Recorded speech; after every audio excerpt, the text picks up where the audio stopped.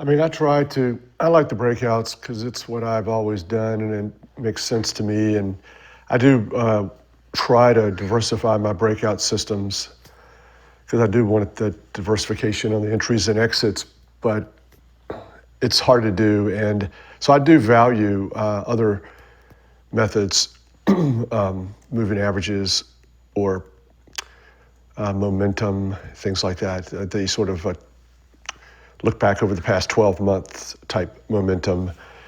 And but I do think that it's kind of funny that the breakouts are kind of hard to take sometimes. They don't move up and capture profit. You know, when coffee has a big, huge move up, my breakout stop might not move up at all, although the moving average probably will move up and get closer to sort of essentially lock in some more profit, where the breakout is more of a stair step, and it's a little frustrating, but it kind of helps you stay in those long-term trades when you would like to maybe take profit. But I think the breakouts are pretty darn fun and good, and I'm sure I'm biased towards. And I think people used breakouts many, many years ago because it was easy to look at them on a chart and figure out what the high was or what the low was versus having to calculate a moving average. So that's kind of my guess, is we defaulted to moving averages for a reason that had more to do with ease of calculation. You said a very good word that it allows us to stay in the game for a long time, to capture big trends, and I think it's one of the most important things for trend following. One of the things I'd like to get ideas from you about is I don't think there's any way we can predict these outliers in advance, and let's assume our outliers are the signal that we're trying to catch. I do believe, however, we can attack the noise and the mean reversion that compromises that signal. So the way I do that is through extensive backtesting to basically identify, using the MAR ratio or the serenity ratio, an optimal reward to risk, which therefore does tend to get me a stronger signal with outliers by specifically not addressing that area of noise and mean reversion that compromises that signal.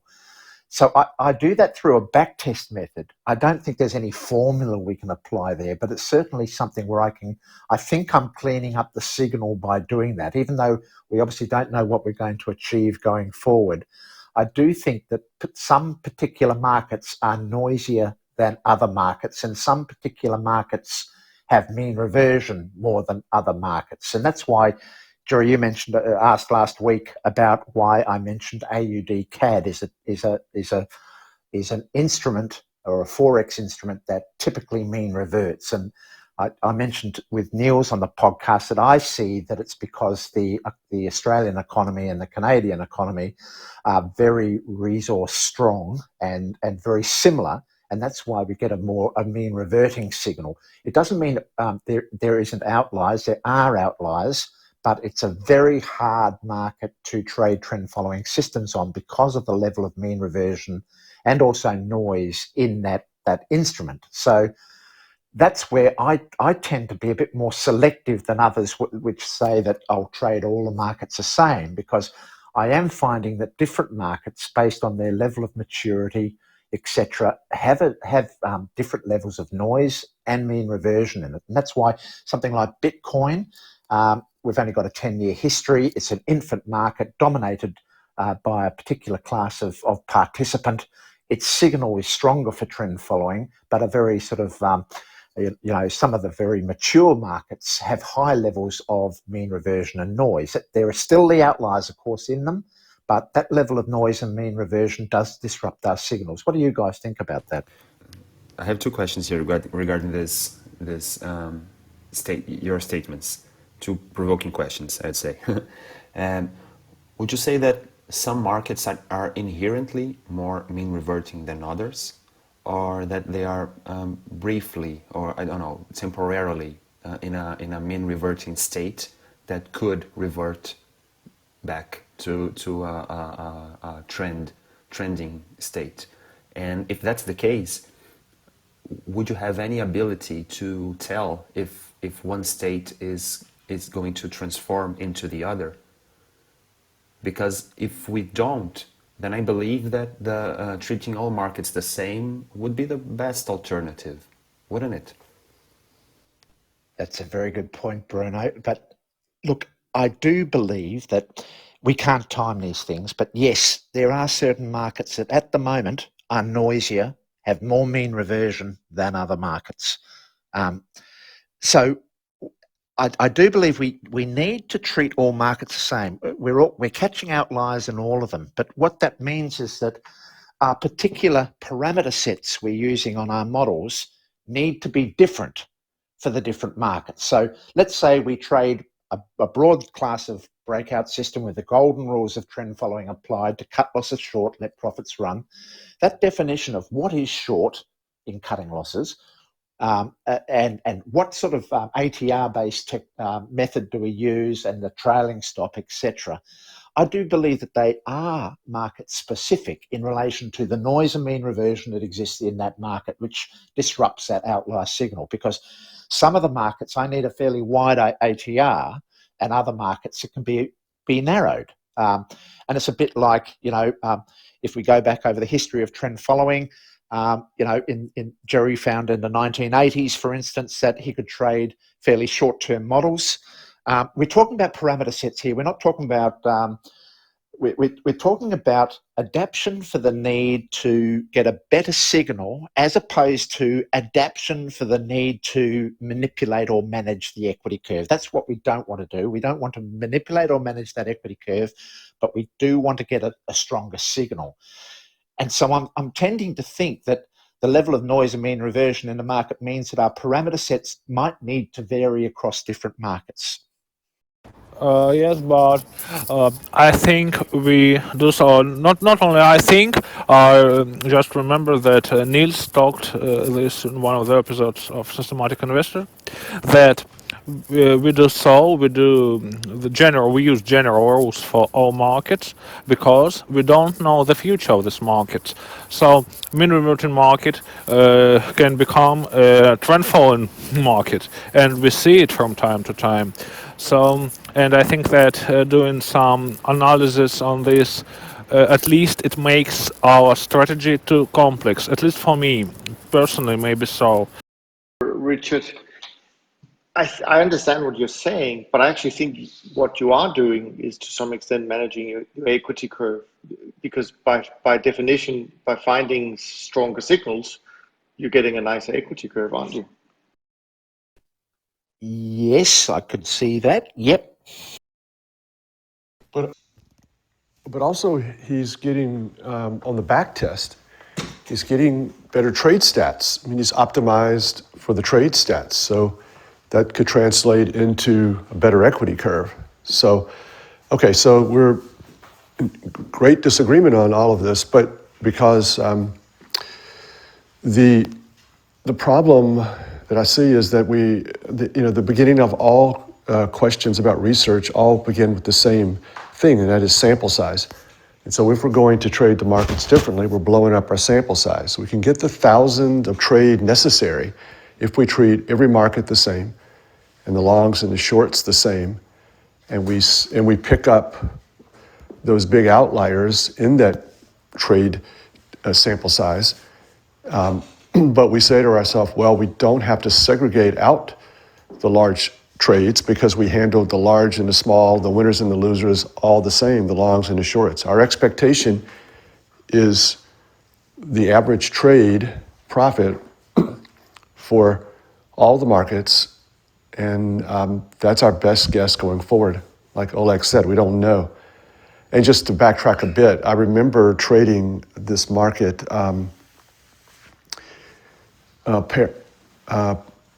Mark Paris. So it was the D mark versus the French franc, and those markets back in the 90s were incredibly correlated, and we put this cross trade on maybe long D mark, short French franc, or whatever it was, maybe the reverse, and then because we base the trade on the ATR, and those two markets are incredibly correlated, we had this massive position on, obviously. So then it just took a bit of movement and this decorrelation impact to create this big outlier all of a sudden, that maybe we had never seen or we probably would never have seen again. But these things can happen. So I think, the D mark went up a bit versus the dollar, the French franc went down a bit versus the dollar, but then versus each other, it was this massive trend. So anyways, that's my bit about Aussie Canada. So I'll keep trading Aussie Canada in the hopes that one of these crazy outliers we've never seen before will occur. And I think it's happening in a lot of these European currencies where they're very tight. There's not a lot of trend.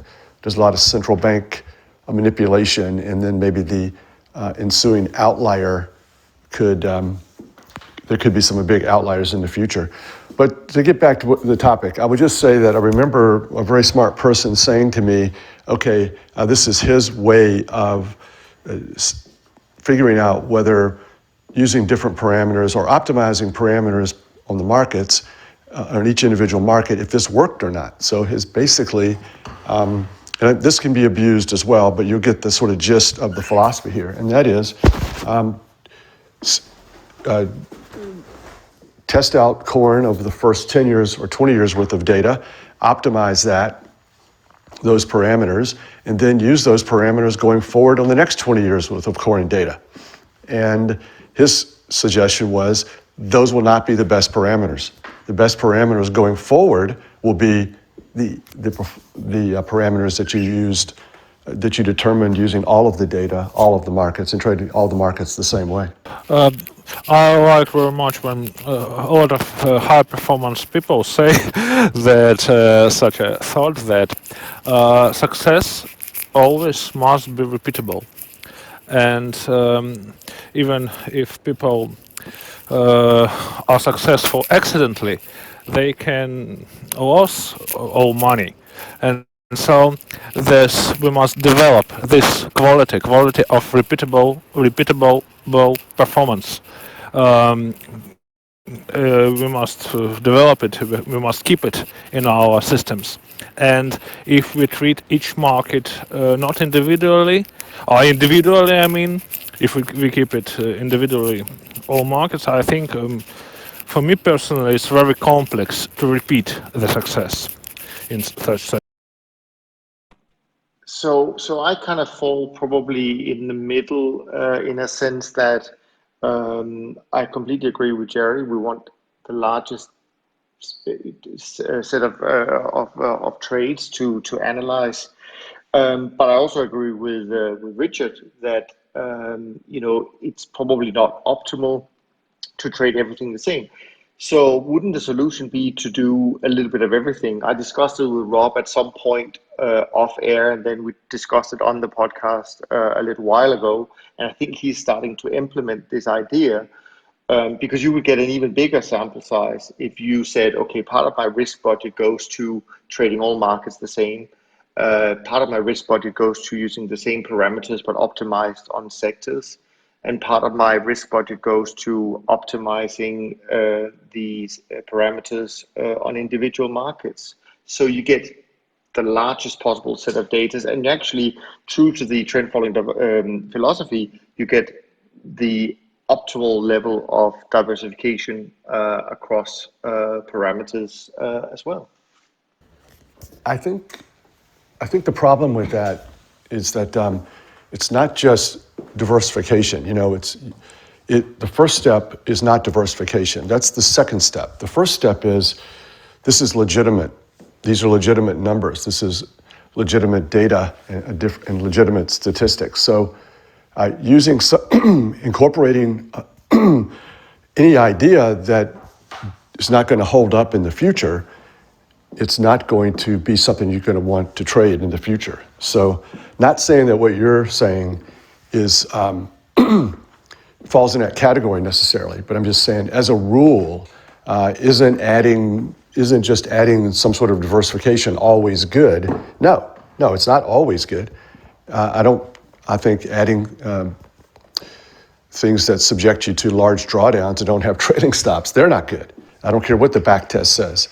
So in the same way, you must, as the first step, be happy with the numbers. And of course, if you think it's legitimate and it's a good back test, then you could add away. I've never wanted to. I know Richard mentioned this too. I understand, and I understand as well as anybody, because I'm sitting here with a lot of large profits, and I do look each day at my largest trades, the current drawdown on that trade, and the distance to the stop. And I'm not like really happy about those numbers. They could be really large. So I know the problems of not having shorter term systems and not having a great way to lock in profit except to pay attention to my trailing stop and not to have a second or third or fourth exit that I can convince myself, because it's a rule, it's not optimization. So I have every incentive to try to find shorter term methods to combine with my longer term methods. But since the shorter term stuff always makes less money and hurts my overall performance, I've just never been willing to pull the trigger on adding in suboptimal strategies to help me in the future with how to deal with large profits. I think the beauty, Jerry, of what I proposed is that you're right. I mean, you don't have to submit yourself to short-term parameters if it doesn't work. But by using different, let's call them different calibrated parameters. So some that is set for the currency sector, some that are set for the grain, some that are set for just corn. You kind of just end up with multiple entries and exits, so even more entries and exits in your system. And if you believe in the long-term data, and I certainly wouldn't suggest that you should do this on short-term data sets. So these should be parameters that have worked on currencies, say for 20, 30 years. So something where you can get a lot of robustness. But I have a sneak. I've never done it in the trend following space. I've tried it with other strategies, and the results are very encouraging. With trend following, I don't know. Never done it, but I think it's. I think it could add something. Why wouldn't it? By using parameters that jive better with corn rather than parameters that jive with the whole portfolio, why couldn't you add a little bit of value as long as those parameters are derived from really long-term history, so that you're not optimizing to the last 12 months of corn trading, so to speak? Oh, simply because you don't have enough sample size. No. Why you have more sample size? Why would you have less sample size? Because because the way you described it, you just said you would optimize the history of corn. And so that's what's good for corn. And so the sample size for that one market in optimizing the parameters that work the best for corn, that would be a low sample size. So, and then once again, as I said, you can prove even if it works. And I'm hesitant to say this again because, darn, it might work, But I think one way to maybe possibly eliminate this idea for once and for all, or at least maybe for corn, our example, would be to optimize corn over the first 20 years worth of data and see if those optimized parameters work great for corn going forward, or does just the parameters that are better for the entire group of markets, 30, 40 years, 100 markets, do those parameters actually work as well or better for corn than the optimized parameters? The way I see it, and it could of course be completely wrong, the way I see it is that, let's just say, for example, that if you apply your parameters across the whole portfolio, you get 20,000 trades, right? So if you take a part of your risk budget, you will still get 20,000 trades. You just wouldn't trade it as large as you would otherwise do. But then you come to the sectors, and let's just say you get, 5,000 trades in currencies and 2,000 trades in meats and whatever. I mean, you get a lot of trades as well to analyze, and then you go down to the local markets. And all I'm just saying, and this is a guess, of course, that if you look at your parameter sets, if you were to look at your different parameters today, you would find that some of those parameters, if you were to optimize corn, let's just use corn as an example, and let's just say it came out at 50-day high and low is the best parameter.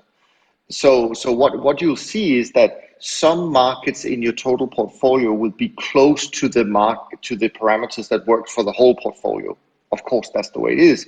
And some markets will be far away. I mean, some markets might actually have the best look back period as being 20 days, yet we're not trading 20 days because we're forcing everything in to be between, say, 70 days and 170 days.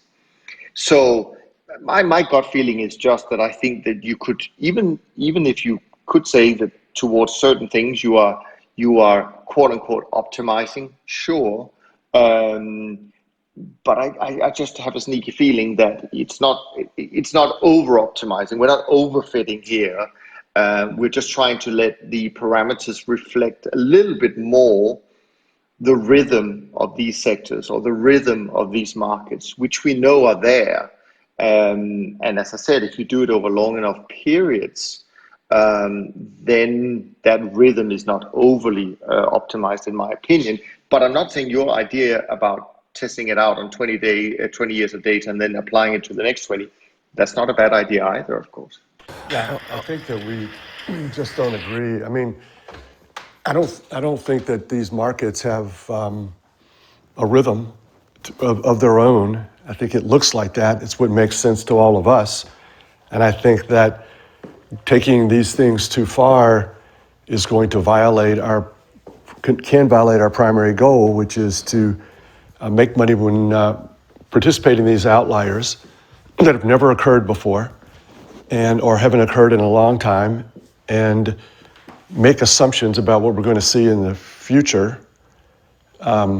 Richard was very eloquent on what trend followers are good at as far as predicting the future on the podcast. And it's the reason I can hang in there with the grain markets for 10 years when they don't make money.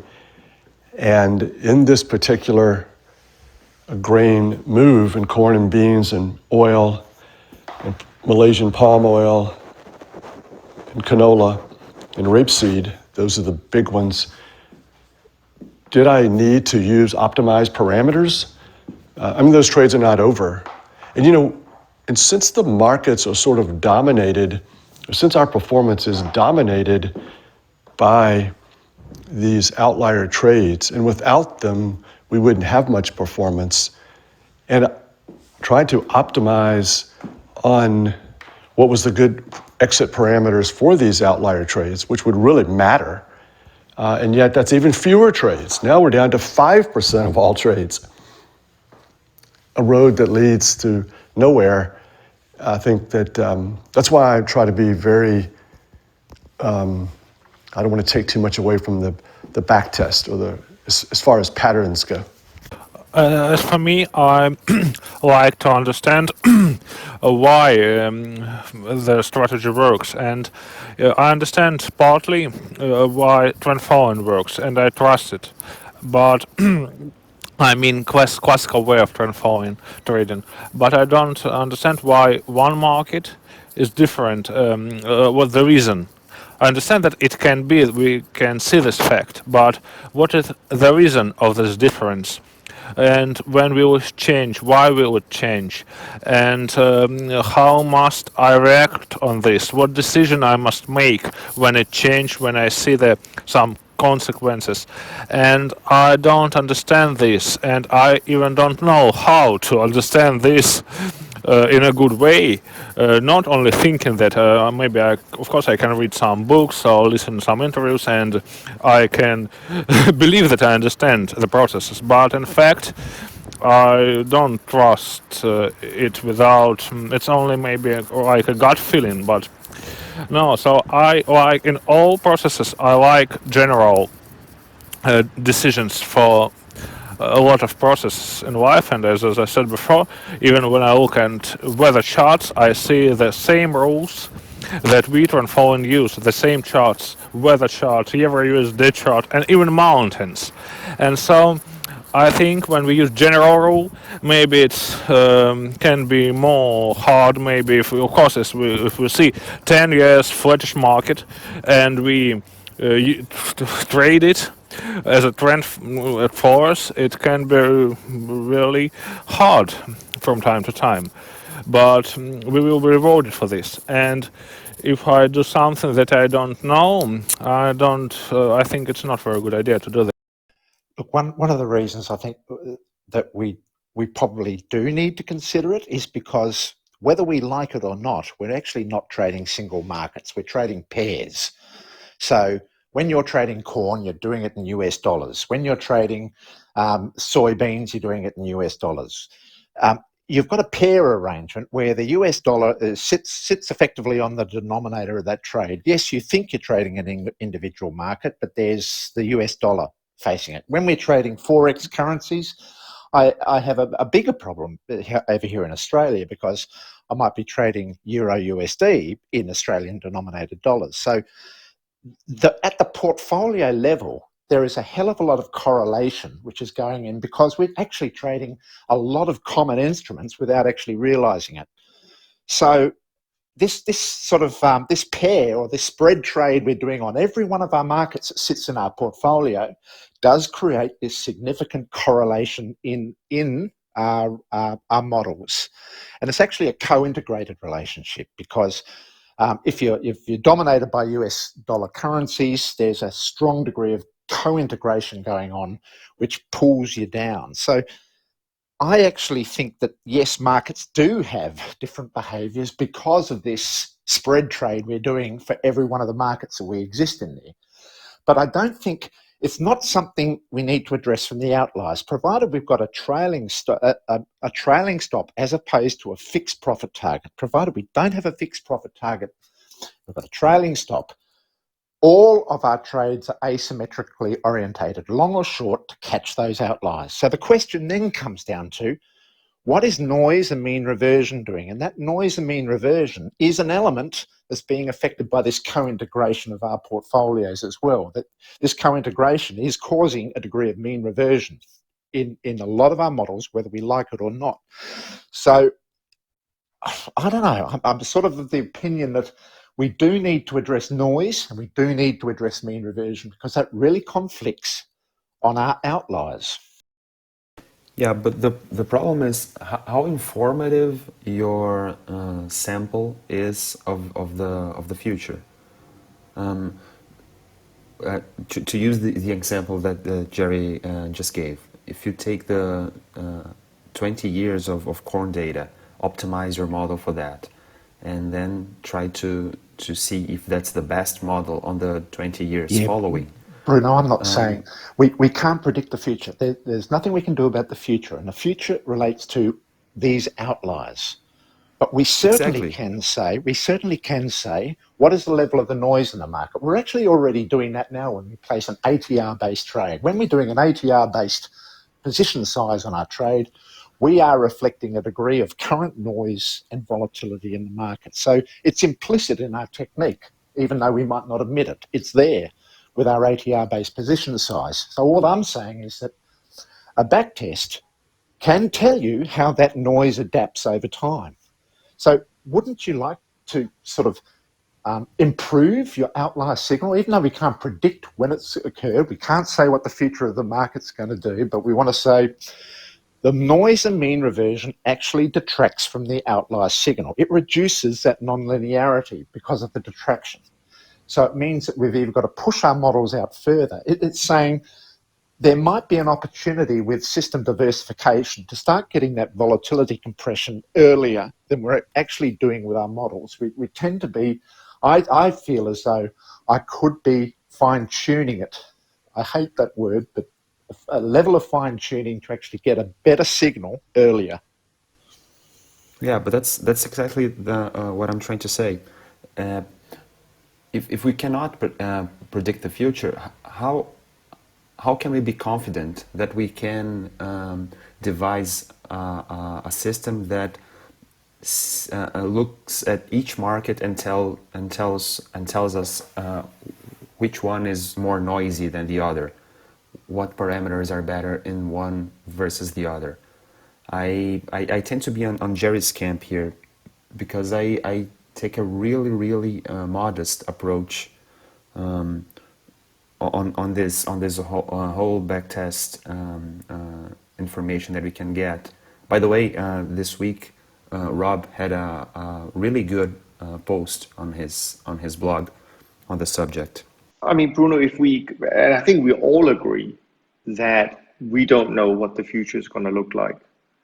But I just wonder whether you then couldn't agree that actually having even more parameter sets across the portfolio would be better, because we don't know what it's going to look like. And if we just stay with, and I'm not trying to convince you, Jerry, of anything. All I'm just saying is that you could be absolutely right that you could have, you could lose money for 10 years in corn, and then comes the big outlier or grains, and you make a ton of money.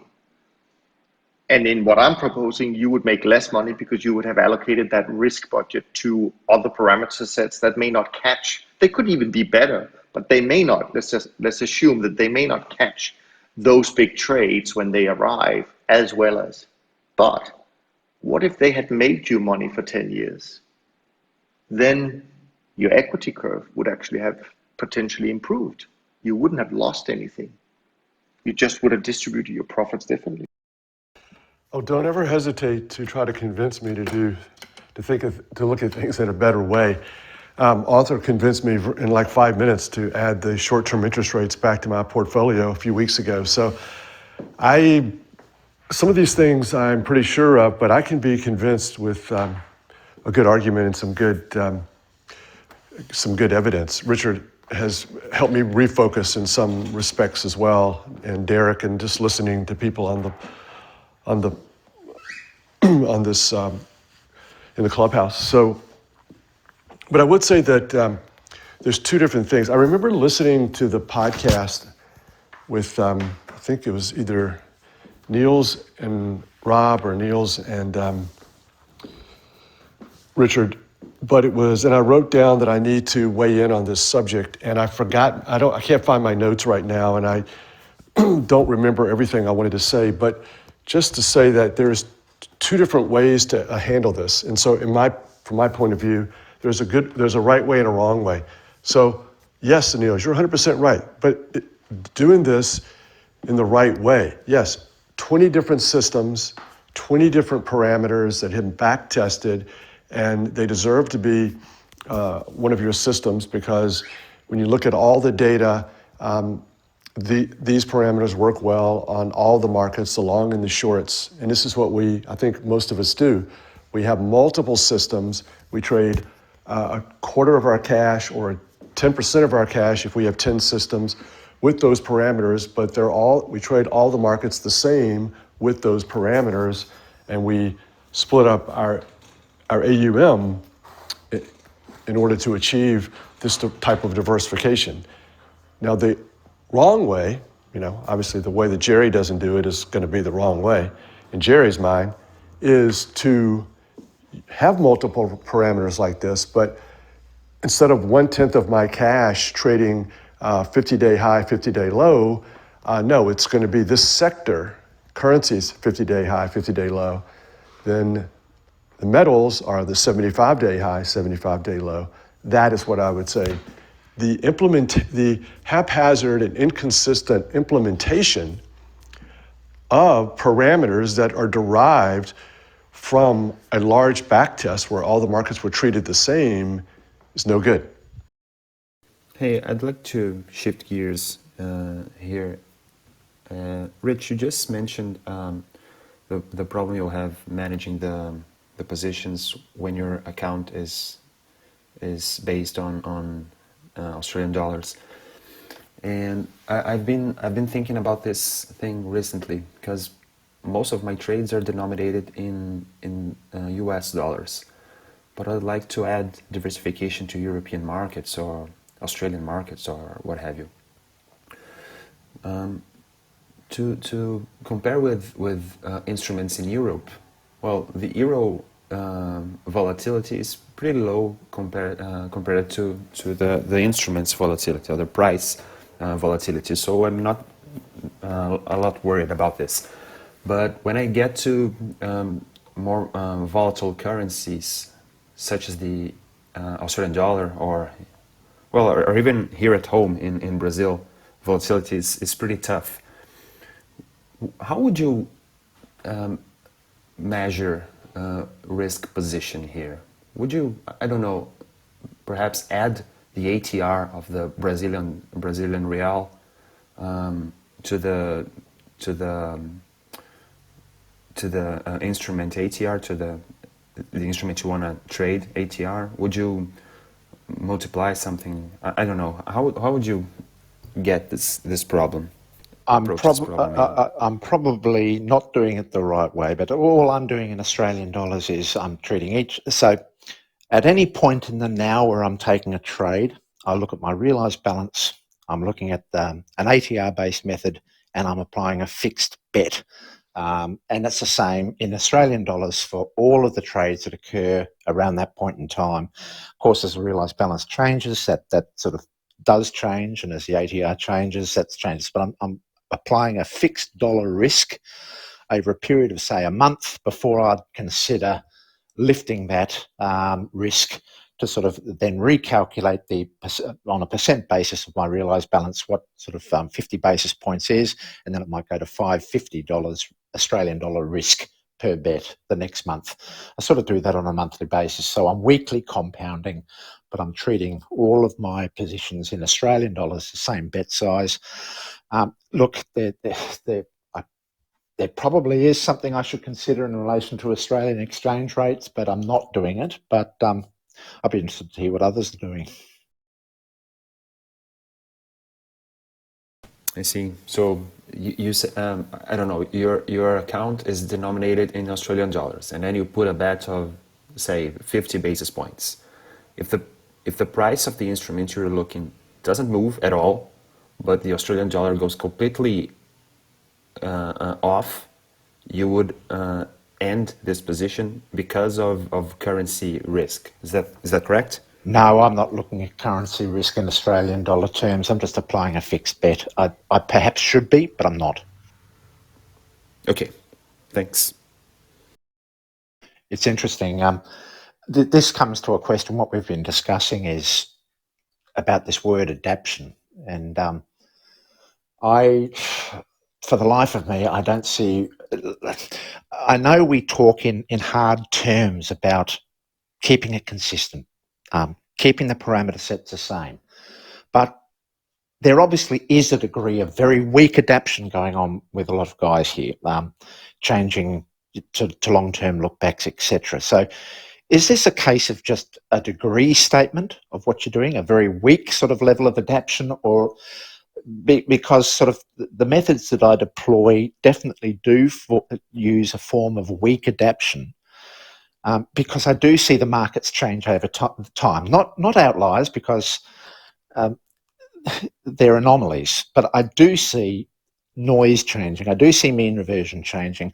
For instance, I've seen, since 2010, we've seen the central bank intervention. We've seen this huge dominance of HFT come into the market. We've seen a lot of different mean reverting traders. In fact, there was a very good episode from Wayne Hamilton where he looked at the range of different fund managers out there, and about 99% of them were all trading convergent models, and there was perhaps 1% that was a divergent fund manager there. So it just shows there is this amazing emphasis towards convergence, and we are sort of like the odd ducks who sit outside looking at divergence. Thank God we do, but it's obvious that the market is dominated by convergence, and that does alter the market behaviour.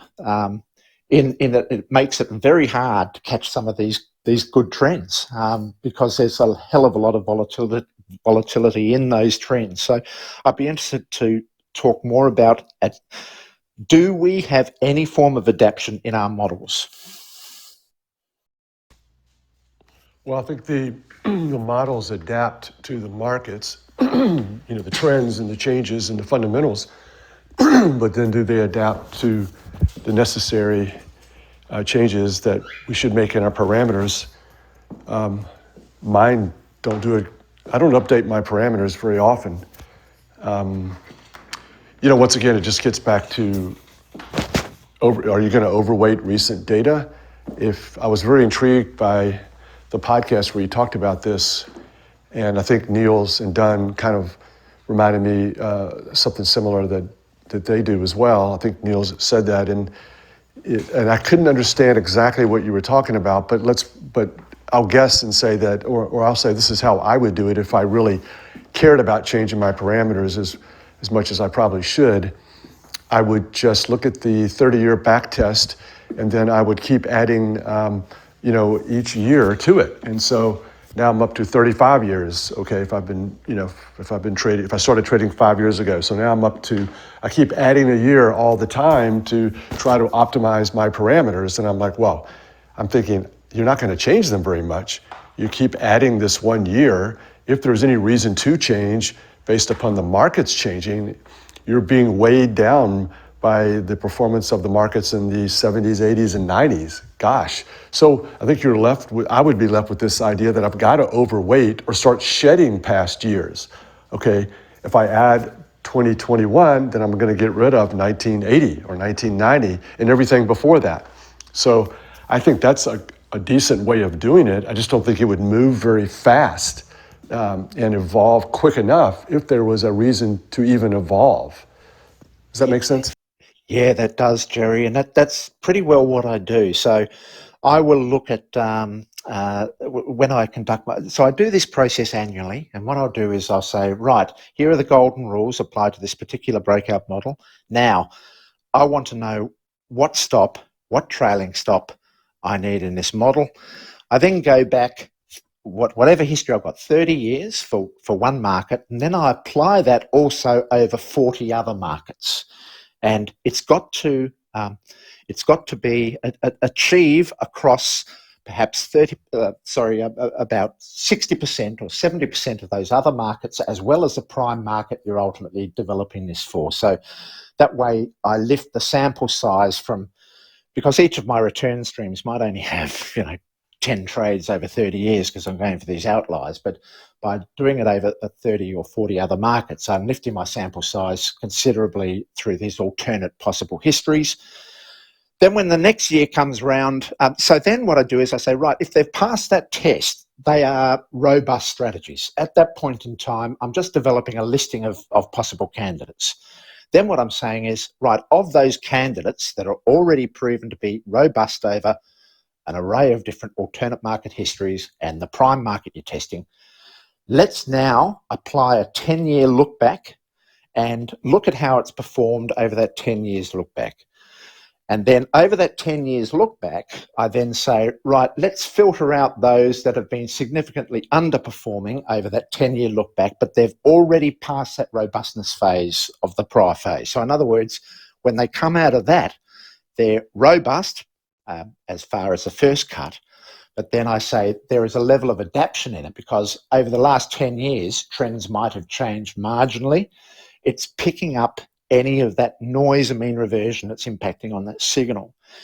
I do this process every year, and every year I'm basically totally replacing my models. But of those models that are still trading, I keep those trades open, but I don't allow any new trades on a prior year's model at that point in time.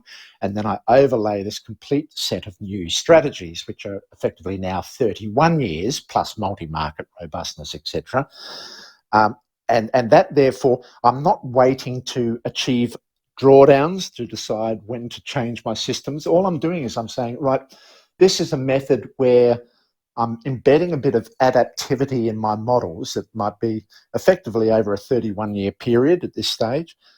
If it's picking up adaptation as time goes on, and I'm replacing those models. So it's just this continuous replacement process as a way to sort of keep that portfolio sharp, if you know what I mean. Yeah, I mean, I think I think it just boils down to, is it possible to keep a systematic approach to the markets sharp? And the one you said, excuse me, you said 10 years. Oh, darn, now we're back to 10 years. We have 30 or 40 years, and in some respects, we could agree, maybe if we were discussing another topic, that that's not enough. And then you and I talked about an article we read this week where a very smart person said we should have, how many thousands, 8,000 trades? Or It's something like that. Something like that. yeah. And I think one of the examples he gave was something like if the data wasn't dominated by outlier trades, maybe 35 trades, maybe 35 examples would be enough. But I know the number 8,000 was out there, and I think at some point maybe 15,000. So once again, I only bring this up because I have no solution. I don't disagree with all these observations. It's just that the solution is, it does. I don't like any of these solutions, and the one that allows for the least bit of imagination is probably the safest one. Yeah, and that's another thing too. I mean, I do so many things with my trading, and I say, okay, I don't do all of these things that smart people do. And I understand why they do it, and I understand that I could be wrong. But at the end of the day, like when my career is over, what is like the downside going to be?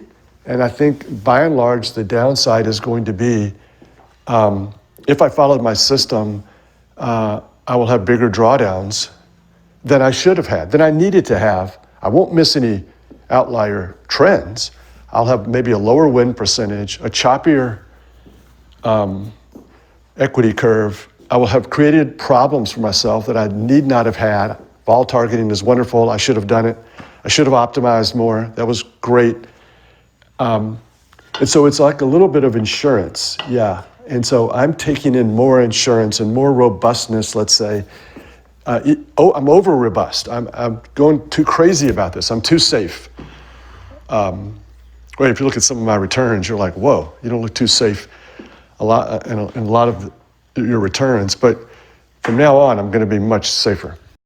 There was a research maybe in 20th century, I don't remember. I remember it was made by Oxford University, and there was a question: what quality makes business the most successful? And the answer was, the result of this research was the adaptiveness. And so when I had my research on different trading strategies, maybe 5-6 years ago, I understood that without adaptiveness, a lot of that strategies that I test will be a total nonsense. And maybe only a few years ago, I understood that. So later, after my research, I understood that trend following system is adaptive by itself, and it's a very very big benefit of it that it's adaptive in its structure. And so I think we don't need too much adaptiveness here, too much things to do here. We must only follow our rules. Of course, things change, but trend following system, organized strategies, organized in such way, if it of course properly trend following, if we do it properly, it's organized in such way that it is adaptive by itself. Jerry, can I ask you a question about when you change the big change of parameters that you made, which was basically going from short-term trend following to long-term trend following? How did you make that decision? Did you use, for starters, a backtest, or was it out of the box, so to speak, that you took that decision to do that big change? So I've mentioned this before, and I would really like some criticism on this and some commentary, but I feel like I make these controversial statements or do things a little bit differently, and no one really, there needs to be more questioning, because I'm sort of throwing things out or repeating myself a lot, hopefully because I'm waiting for someone to sort of like agree or disagree. But I just noticed by looking at charts that there was a lot of long-term trends out there. And so I would put on my charts the long-term parameters and just basically see what type of breakout would keep me in these trends that lasted for years, a couple of years. My average holding period is a year. And so I looked at those parameters, I wrote them down, and I said to our research team, go out and run the back test, and let's go longer term. And so they came back and they said, okay, these are the parameters that work pretty well. And those were the same parameters that I had just eyeballed. And so I only looked at the big trends, and I said, screw it. Whatever happens in the noise, in the non-big trends, and the trades are not outliers, it's probably not going to matter very much. I'm sure long-term, short-term, medium-term may do similar jobs. I'm interested in that as well, but let's just see if we try to optimize just eyeballing it, what's going to keep me in these 1 to 2, 3 year trades and not keep getting me bounced out and whipsawed. And so it just so happened that I guessed the correct parameters, but I did need that confirmation from the back test. And then, okay, here comes a controversial statement that I've mentioned many times before. Please, if your back test is different, weigh in on this. And that is, what I found was, even though I had been trading short-term systems, even though I grew up trading short-term systems, the longer-term parameters that we had uncovered worked better during those periods where I was trading shorter term. I did not overweight recent data. I did not evolve into how these markets are changing and say, oh, the late 90s, now we need to, it looks like the data shows that we should trade longer term. No, all of the data showed it. Now, one should always prefer to trade as short term as possible, especially if you're going to only use one exit, which I think is appropriate, a stop loss and a one trailing stop per system. Exit, I don't think you can have multiple exits to ensure that you don't give back profits. That's not the way to do it. So, but you should prefer to trade as short term as possible, but I don't think that it's that possible to trade short term anymore. And these longer term breakouts and exits are necessary because if you're going to trade with this, limit yourself to trading to the one exit approach, then you have to take the good with the bad. You get in, you don't get bounced out, you ride the trend for 2 years, oops, now you have this big sell-off that you have to wait for the 100-day low, the 200-day low, whatever your low is or your moving average is, it's going to be sometimes far away from the market. My Tesla, Moderna, lumber givebacks were great. I had maximized the profit in those trades, but then when it came to exiting, it got sloppy because there's a lot of volatility and a lot of give back with these long-term exits. So this is what I'm trying to say.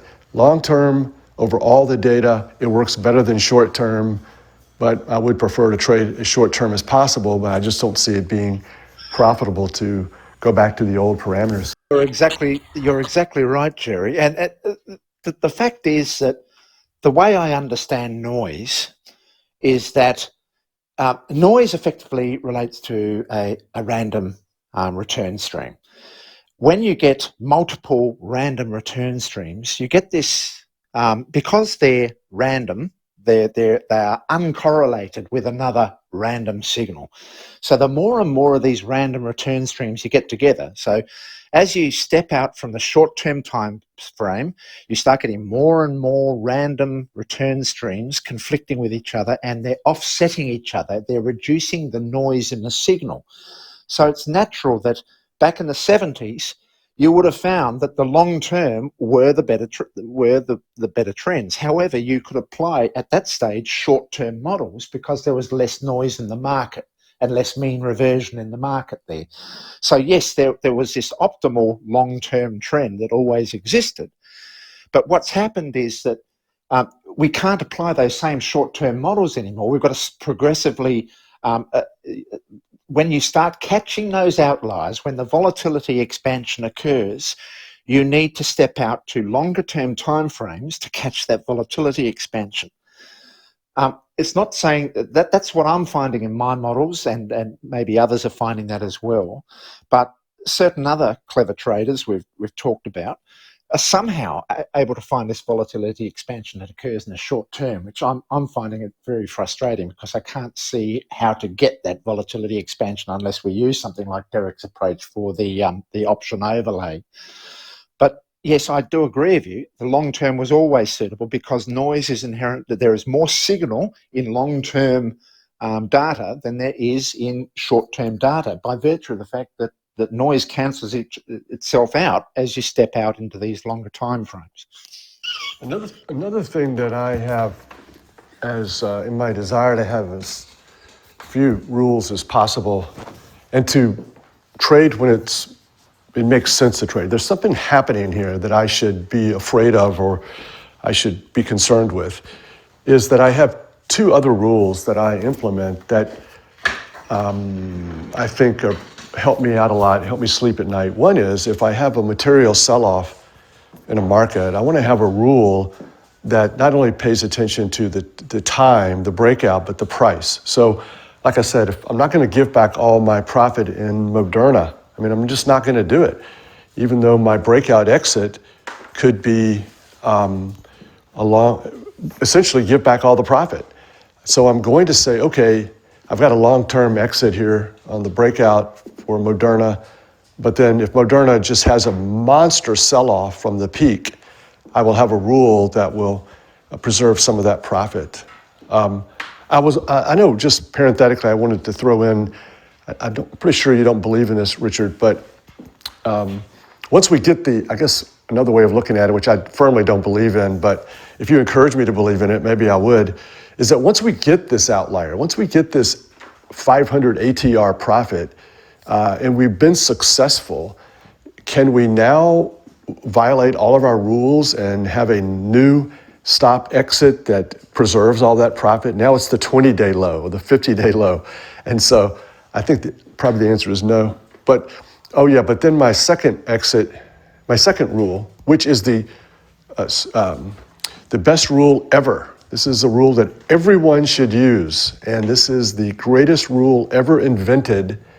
It's in the public domain, and that is that since I'm so obsessed with following my rules and I'm trading and I'm trying not to pay attention to my equity curve, and I'm just going to do every trade I should do, the way that I should do them, when I should do them, and I'm focused in my research and in my trading of making the most amount of money that I can make, given this position I put on, and I was risking 50 basis points. In that trade, I'm trying to maximize my profit and make as much as possible. If the drawdown is large, in order for me to maximize that profit, then so be it. So I'm almost trying not to pay too much attention to my equity curve, but then sometimes we do have to pay attention to it. So this one rule that solves all of our issues is, if we're having these material drawdowns due to our obsession with doing the right thing and following our rules and following these trades and allowing them to have some volatility, we can reduce our positions. So if you're getting your ass kicked in February of 2020, you're losing in everything. I think I was up 10% for the year, and then 2 days later, I was negative on the year. And if all hell is breaking loose, we always have to have in our back pocket reduced positions, preserve capital, stay alive, do whatever it takes to stay alive. The system is failing me now. All of the trades are collapsing on me. This should not be a regular occurrence, hopefully, once a year, once every 2 or 3 or 4 years. But this is, I think, essential to do whatever it takes to stay in the game. You'll be a faithful follower of your rules until all hell breaks loose. And you mentioned that if a person use only one exit rule, so only not multiply, it's better to be a short-term trader, maybe. But I think that I don't agree with this, partly because I think that if a person don't have enough money on his account to have a time frame diversification, which is very important according to my opinion. Yes, but I think as I do this, I take, for example, a breakout from 100 breakout to 200 and maybe 50 breakout. And as I know that statistically, I know from Niels, the last 30 years it was statistically from 180 to 250 breakout is most successful. And I think I do this, I take one exit, so not multiply exits because not enough money on my account.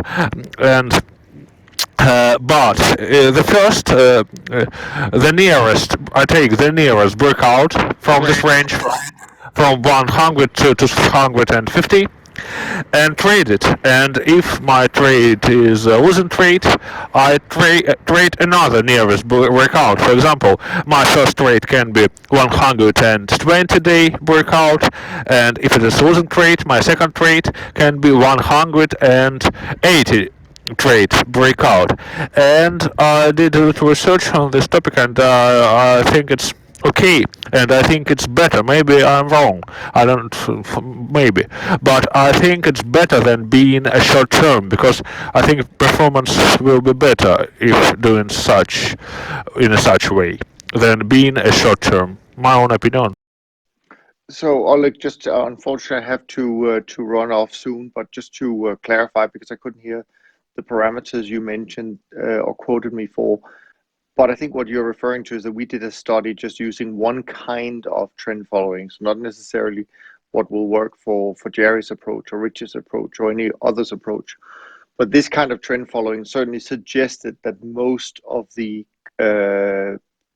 best parameter timeframes or look back periods were somewhere between, I would say, 150 to 250 days. That's where you saw most of the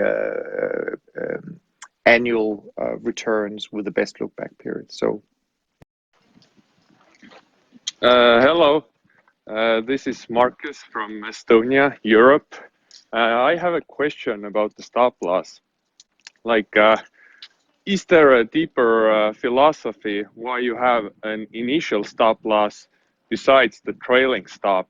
Why not give the same wiggle room just from the start with the trailing stop? Yes, I do exactly that, Marcus. So my trailing stop effectively is my initial stop, same ATR based level. So yes, I agree with you.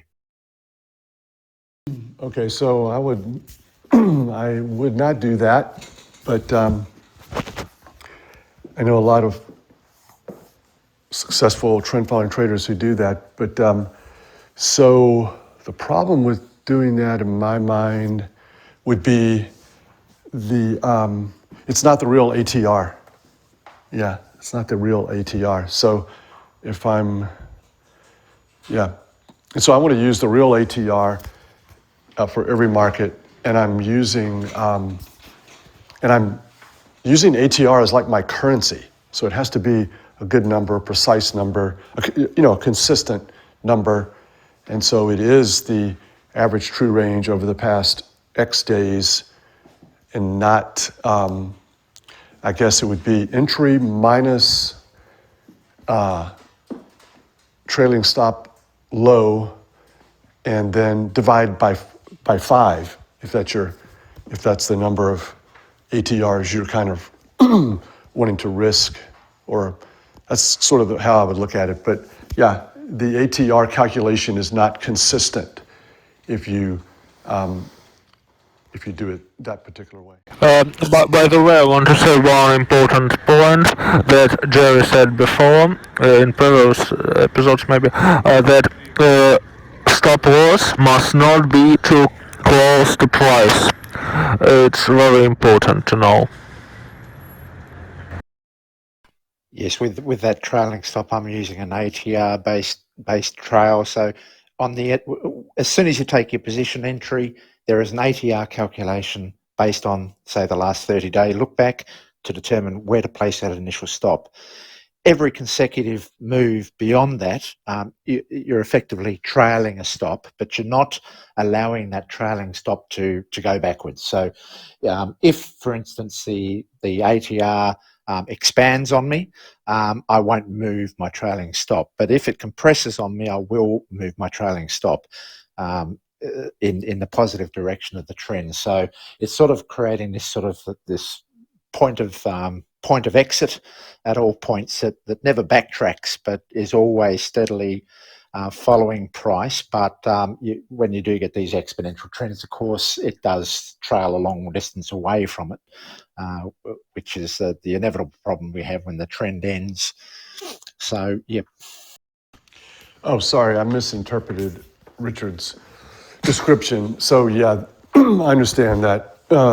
I guess the other method I've heard people use as well, which is my exit, my trailing stop, my stop loss is the trailing stop, and I'll derive my position based upon the distance between my entry and the trailing stop. I don't like that method. I understand Richard's method. That's not what he was talking about, and I misinterpreted that. Yeah, I've got a little to add on this. So my philosophy is you want to be more patient with winning trades than you are with losing trades.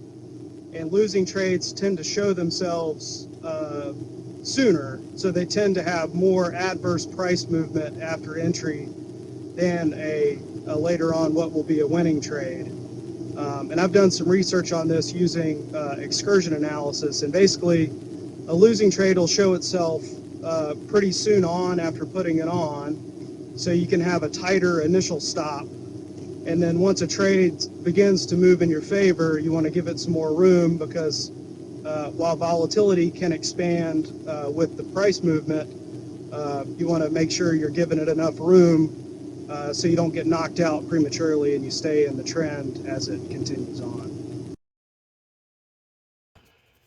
Yeah, so I don't think I've done a lot of research on that, and I don't think I would look at the markets in that particular way.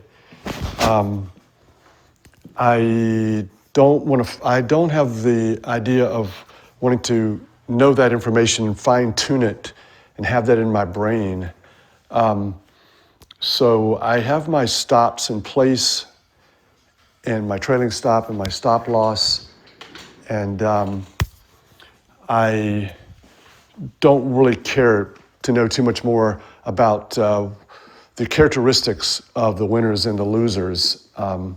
So I have heard people say this, and I hold on to my losers, if I'm following my system, and if I've optimized my stop loss for a not too close, not too far away, and then I sit with these trades, and in my holding period for some of these losers, it's long term, it's not really short term. And I have seen a lot of my trades not do anything initially, and then all of a sudden, weeks or months later, become amazing trends. So I have not sort of experienced this obviousness that if it's going to go, it's going to go soon. The losers are telling you something. No, nothing's telling me anything. And another thing that happens too is, if you look at some of the historical trades, you put this trade on, the ATR is so small, you've got this monster position, and then the market doesn't go anywhere for weeks or months. I'm even rolling this thing and spreading it at a loss. And then all of a sudden, months later, this thing starts to break out again and start to really get going.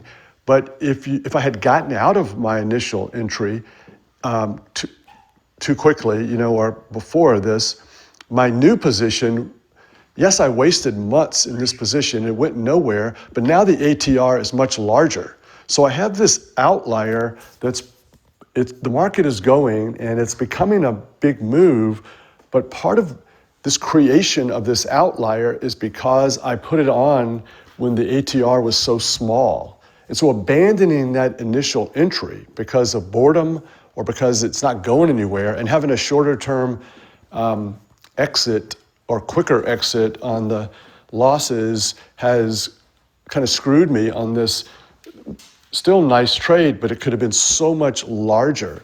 I mean, if you look at Moderna, which is, you can't look at individual trades, for instance, and make a general rule, but you can create your general rules and then look back and see some examples of good stuff. I mean, the ATR at entry for Moderna was 89 cents. I mean, this is insane.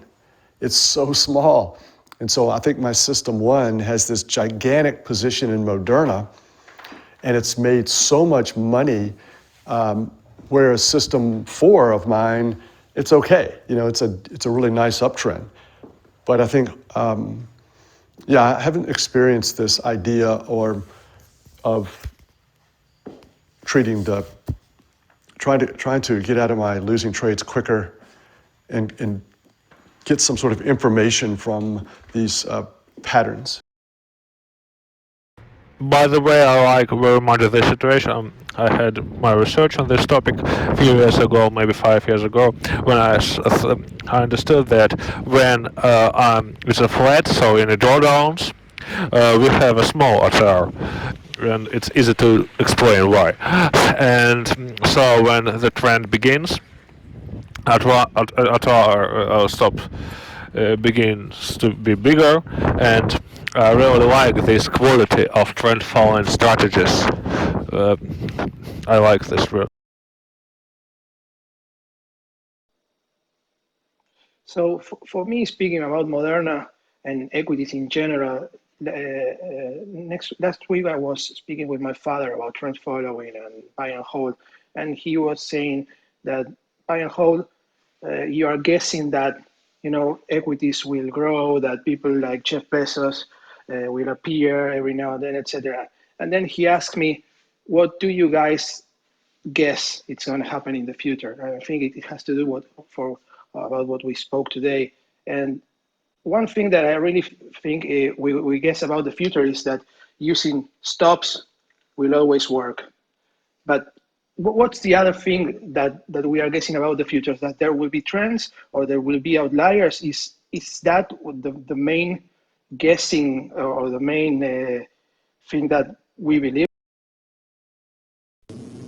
I think the big assumption is you're relying on diversification and assuming that a handful of trades will move farther than the market expects, enough so to cover all your small losses on your stops that you know you're going to execute on.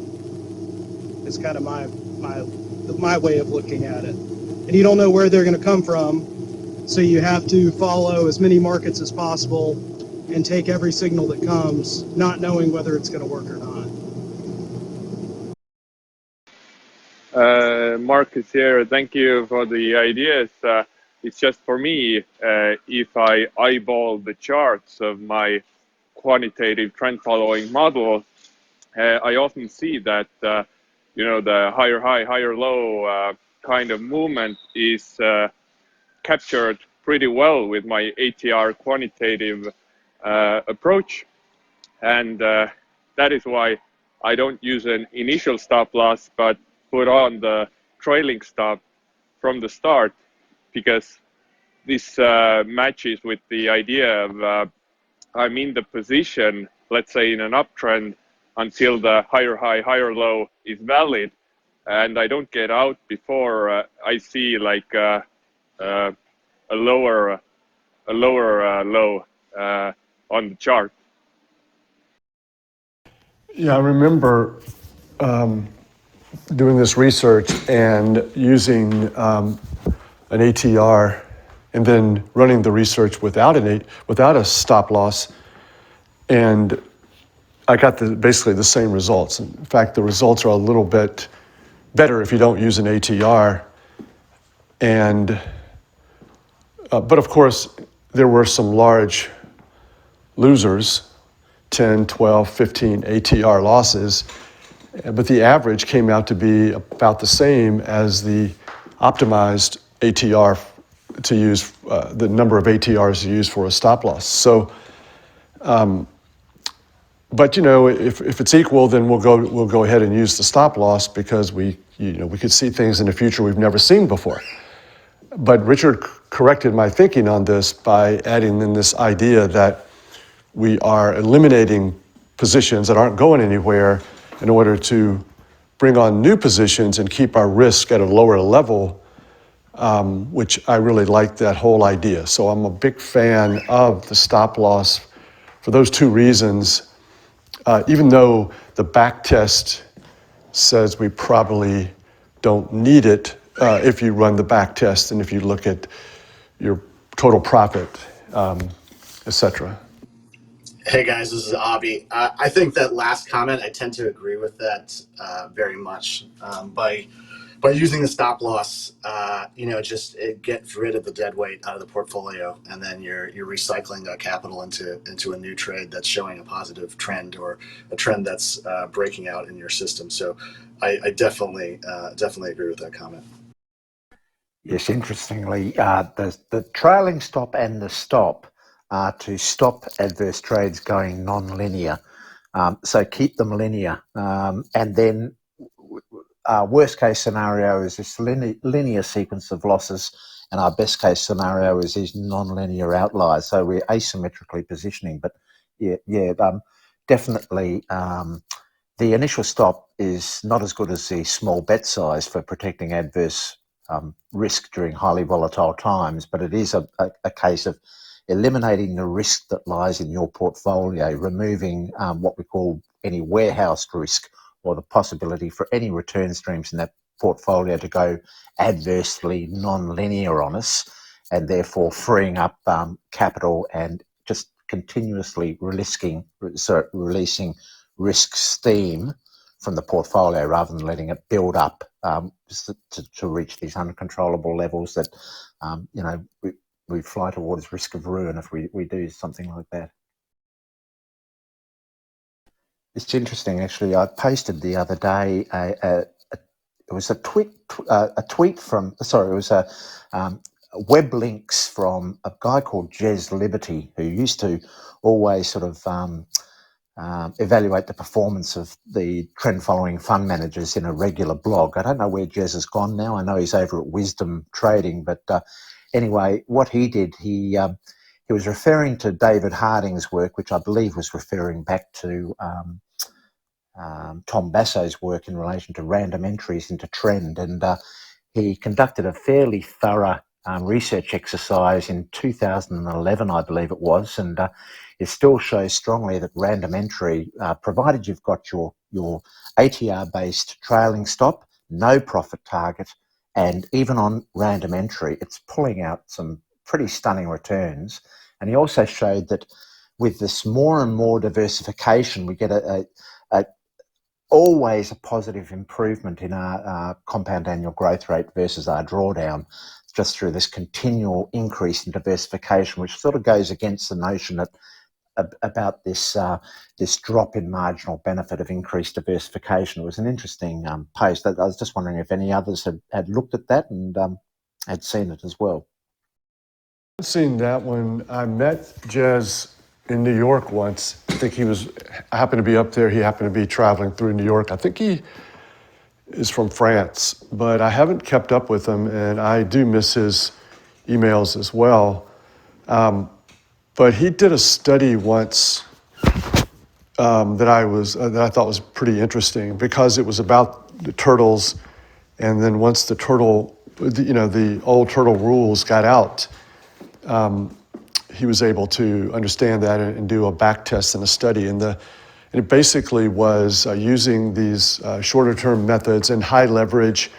And so these parameters would produce drawdowns, and then of course the turtle rule of making the equity cutback.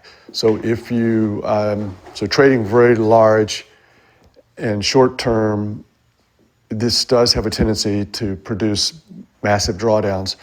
So the rule of, well, if you have this drawdown, 10%, 20%, you need to cut back your leverage and reduce positions and keep reducing at an aggressive rate if you continue to lose money and have bigger drawdowns. So his point was he was going to run that, and then see what happens if you just didn't trade so large.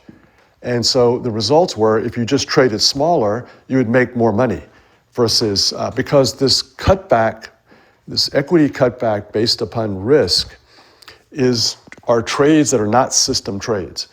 And even though that they're necessary, they're not system trades. They're going to, almost by definition, give you worse performance than following your system all the time.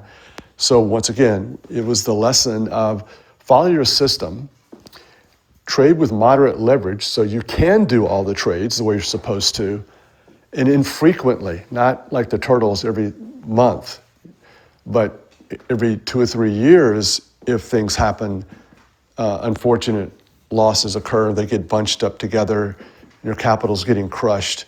Yes, okay, you must reduce your risk and your positions and your leverage in order to survive and stay in the game. So I remember reading those tweets this week and wondering, yeah, where the heck is Jez?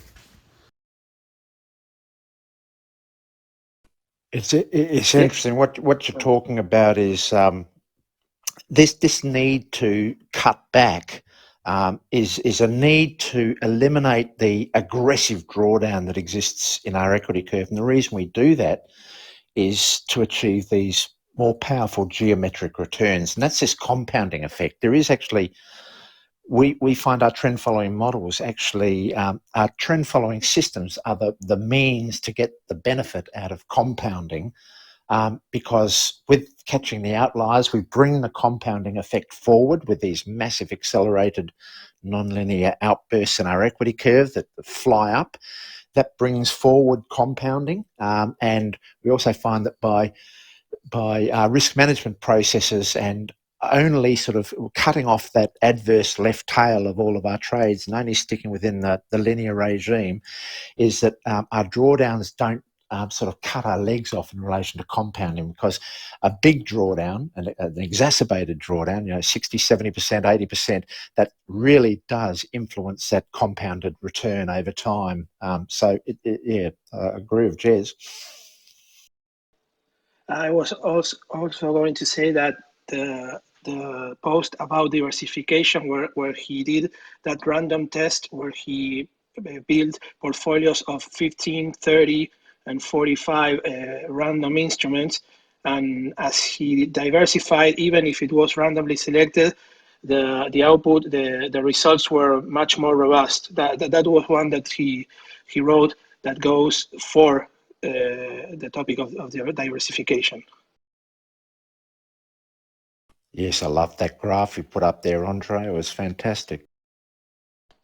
Yeah, it was. I remember the graphic, but I didn't remember that it also reduced the drawdown that much. I thought that it would not be as good on the risk side.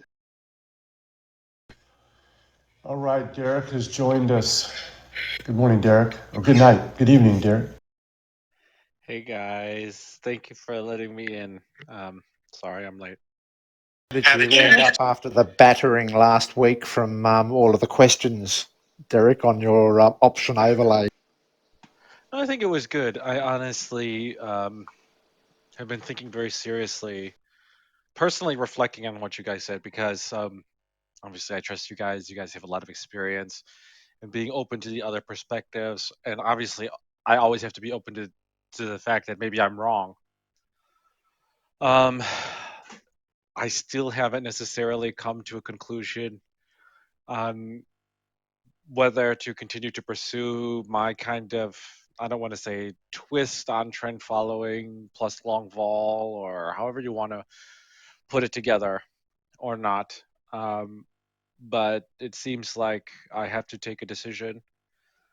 And it seems kind of important, like if you decide to go one way or the other, what Jerry said in his tweet, become more unique by standing still, or you continue to push forward like the others, which may lead to worse results and all the things that we don't like, sharp optimizing, volatility targeting, and all that. I mean, the question I have to ask myself is, which I actually went back to one of the podcasts where it said, like, smart people can't handle trend following. And I was like, oh my God, Jerry's talking about me. So I've been kind of in that kind of mode. I wouldn't take any of my comments too seriously. You know, you live in your own world and you know what you do better than anyone. So I think my limitations are not your limitations. I've always been punished, and rightfully so, given what I know and my background, for trying to steer too far ahead. And I do live in a pretend world where I trade a lot of friends and family and old clients and my own money, and they're used to it. And just my personality and need to be different and extreme sounding sometimes, where I've convinced myself not to care about the drawdown on open trades. And if I told if you having to care about the sharp and the open trades and smoothness is such a hard game. It's just a tremendous puzzle. And I think if you say, okay, I'm going to change the rules, you don't have to care about that. Whoa, yeah, and you'll be compensated for it. Just risk 50 basis points and make as much money as you can. So, yeah, I think that's my world, and that's how I speak. But that's not the real world of people who work for companies and real clients. So I think I do care about the drawdown on my Moderna, for instance, because it's reducing my profit. Yes, it's the profit. The loss, the risk was the 50 basis points years ago, 1 year ago, whatever. Well, that didn't occur, so Moderna's home free. But to the degree I don't make I like to make more on Moderna than less, but the drawdown does not filter into my risk metric. And I've never met a client who would agree with that. Yeah, thanks, Jerry, for that. I mean, I do think it's about finding your own style as well. I feel like trading is more of a craftsmanship than it is a pure science. And the more you do it, all of us kind of bring out our personalities into the trade. And trend following brings out a certain type of person as well, the person who's not doing what everyone else is doing in the first place. So I think for me, it's just, yeah, I understand what I'm doing. I understand what my limitations are. My limitations won't be the other, but it's also a very poignant self-reflecting point. I realize that I can be tempted by other types of strategies easily that may go against like the golden rules, and finding I think that my options thing, whatever you want to call it, I felt that that was still targeting those golden rules of letting them run, cutting your losers short and all this. So how to continue to define my style, this style of trend following, maybe with new tools or new data or whatever, and not going towards the short volatility, um, kind of mean reversion style trading. I think that's maybe the space I'm looking at for now. But I don't know. Yeah, it was interesting. Particularly also, did you listen to that Wayne Himmelson episode he did? Like that, he is so aligned with what we're doing. He's 100% long volatility, which we are. Um, it's sort of like there are many ways to skin a cat, and in the divergent world, there are many approaches to achieve, I think, what we're all gunning for, which is this non-linearity. So yeah, it's just very interesting. It's quite eye-opening to me, and that I tend not necessarily to get too wedded to a technique, and I'm more looking at the reasons why that technique works. I only got through maybe the first 20 minutes. I mean, I like Wayne Himmelson. I follow him a bit and watched his other videos. I think this podcast, at least from the first 20 minutes, was the most explicit he's been about his strategies. But I think you're right. Of the long vol managers that I've talked with, um, I haven't talked with him, but some other well known ones, I do think that there is a big overlap, with CTAing. And that I will have, maybe that is kind of what inspired me to go down this route, because they are capturing the outlier in a different way. They are, but it's the same thing. So like, the idea is the same, the thesis is the same, the golden rules are the same, but it's just another outlier. So the question to me is like, would you treat that as another market? Is it another strategy? Can I apply my same strategies to still capture outliers? Which is kind of why I went down the route of looking at different, quote, trailing stop techniques and options I mentioned last week, because then that would in fact follow all of the rules. Yeah, I love Wayne. I've quoted Wayne so much on Twitter, and it's just kind of amazing. Even Howard Marks, they have some similar ideas about how the world works and markets work and what you can expect. And I quote him a bit as well, even though he's not even close to, I think, doing what we do. But I would say that Wayne has a big difference, the long vol, which I think is that long VIX, possibly.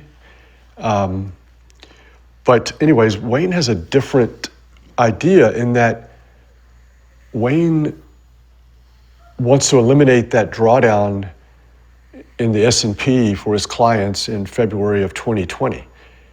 And the trend follower took the drawdown, got short, maybe made some money on that short, and we are like, and we expect the drawdown on the open trade profit on the S&P long. That's fine. We made some money on that trade as well. That was a success. Going short was a success, and we made money. But Wayne has a business where people are like, well, I really don't care about what you did, you trend followers. I like that I have this dysfunctional, my word, portfolio of long equities, and it's so dysfunctional, I need to seek out someone who makes it less dysfunctional. I don't want currencies, commodities, stocks, bonds, long, short, systematic. Oh God, no, not that. I want a concentrated portfolio with someone to help me with this mistake of mine. And Wayne minimized that drawdown that I desperately don't want to have, like you trend followers. You're looking at it as a trade, entry, exit, it was profitable. I'm looking at it as I have this monthly, quarterly, annual return, and I don't want to see this volatility. I need this protection, and Wayne gave me that protection. So I think we have different purposes, obviously, in the portfolio. Oh, I agree with that 100%. In the fact that what we build are perfect portfolios, while what he is building is the perfect insurance, one that can protect your dysfunctional portfolio or your house in Florida on the coast for the cheapest price of insurance. But because we have that massive diversification and a systematic way that builds consistency throughout all of the markets, if you looked at our kind of asset class, as in like how many markets we trade and all this, it would be pretty close to the most diversified portfolio you could. Yes, and from what I read and hear from people who know what Wayne does and understand it better than me, they're amazed that he can do it. And I thought owning options was a negative game and it's bleed. And how do you do this, Wayne? You're one in a million. And yet, we can all trend follow. Just don't be too short term. I was under the impression that Wayne offers a 100% long vol technique as a standalone. I wasn't aware that he's specialising in tail risk protection for different funds, but I would say that his 100% long vol standalone is effectively doing what we're trying to achieve as well. We're sort of like two very similar fish swimming in the same pond. My impression of how it works is that they're purchasing him instead of tail protection because he can have um, better average returns, but still performs during the crisis moves. And I do believe that we are trying to do the same thing, although he, gosh, I don't want to use that word again, is more convex. trend following takes time to switch signals to get in, while his options will provide instantaneous movement, whether it's to the upside or the downside. And that's where that U shape versus the V shape kicks in. Yes, the way I understood it from what he was saying is that there are two ways you can play that options game. One is effectively to have a small component of your portfolio being short vol to basically pay the insurance associated with the long vol balance of the portfolio of 80 or 90%. But he's saying he doesn't do that. What he does is he's 100% long vol. And what he does is that he's long and short with his straddle technique, and he's basically adjusting his position size to pay for the different sides of the transaction. And so he can stay 100% long vol. It's a very interesting technique. And I think what he does is he definitely gets a bigger convexity here than perhaps what we can achieve with our trend following space. I remember back in the day when I was in my 20s and I was wanting to trade and learn how to trade. I would watch Wall Street Week, and Marty Zweig would be on Wall Street Week, and I would get his newsletter. I didn't have $200 probably to spend on that newsletter, but I bought it, and I would learn his philosophies, and a lot of it was trend. Yeah, a lot was trend and risk management and diversification. So I was like, that was maybe the first idea and mentor I sort of tried to learn about. And then I would watch him on Wall Street Week.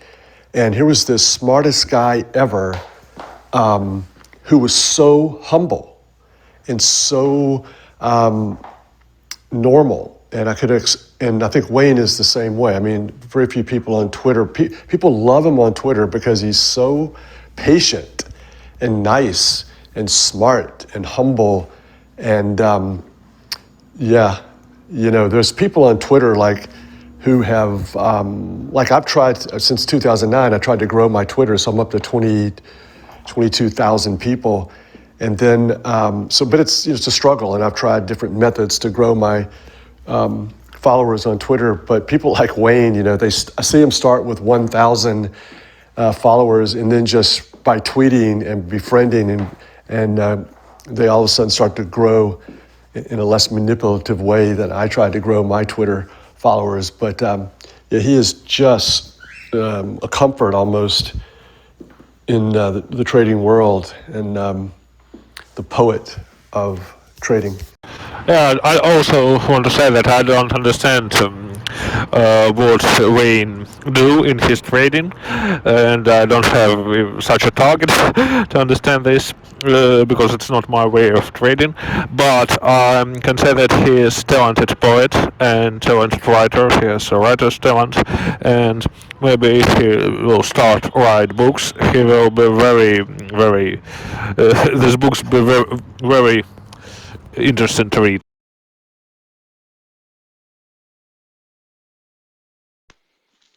Speaking about other people managing, do you know or do you like any fund that makes trend following strategies but for less money? Something that will be any replication instrument, etc. That's good enough. I remember that AQR issued one like 10 years ago, but that one is not. But it's kind of funny how it moves related to trend following. But do you guys know something that makes trend following, but for the little guy?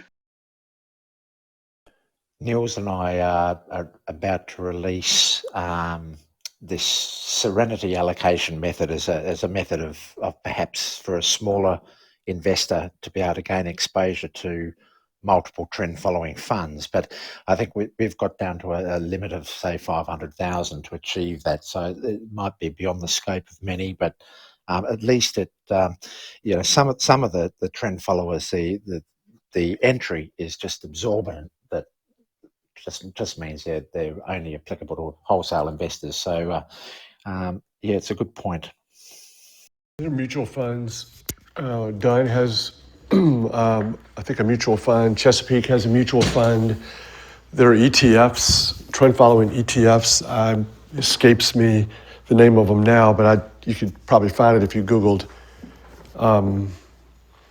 the trend following mutual funds and ETFs. I think they've got a decent record, I think, and then at our firm we have a mutual fund and a private fund, and the private fund has a high minimum.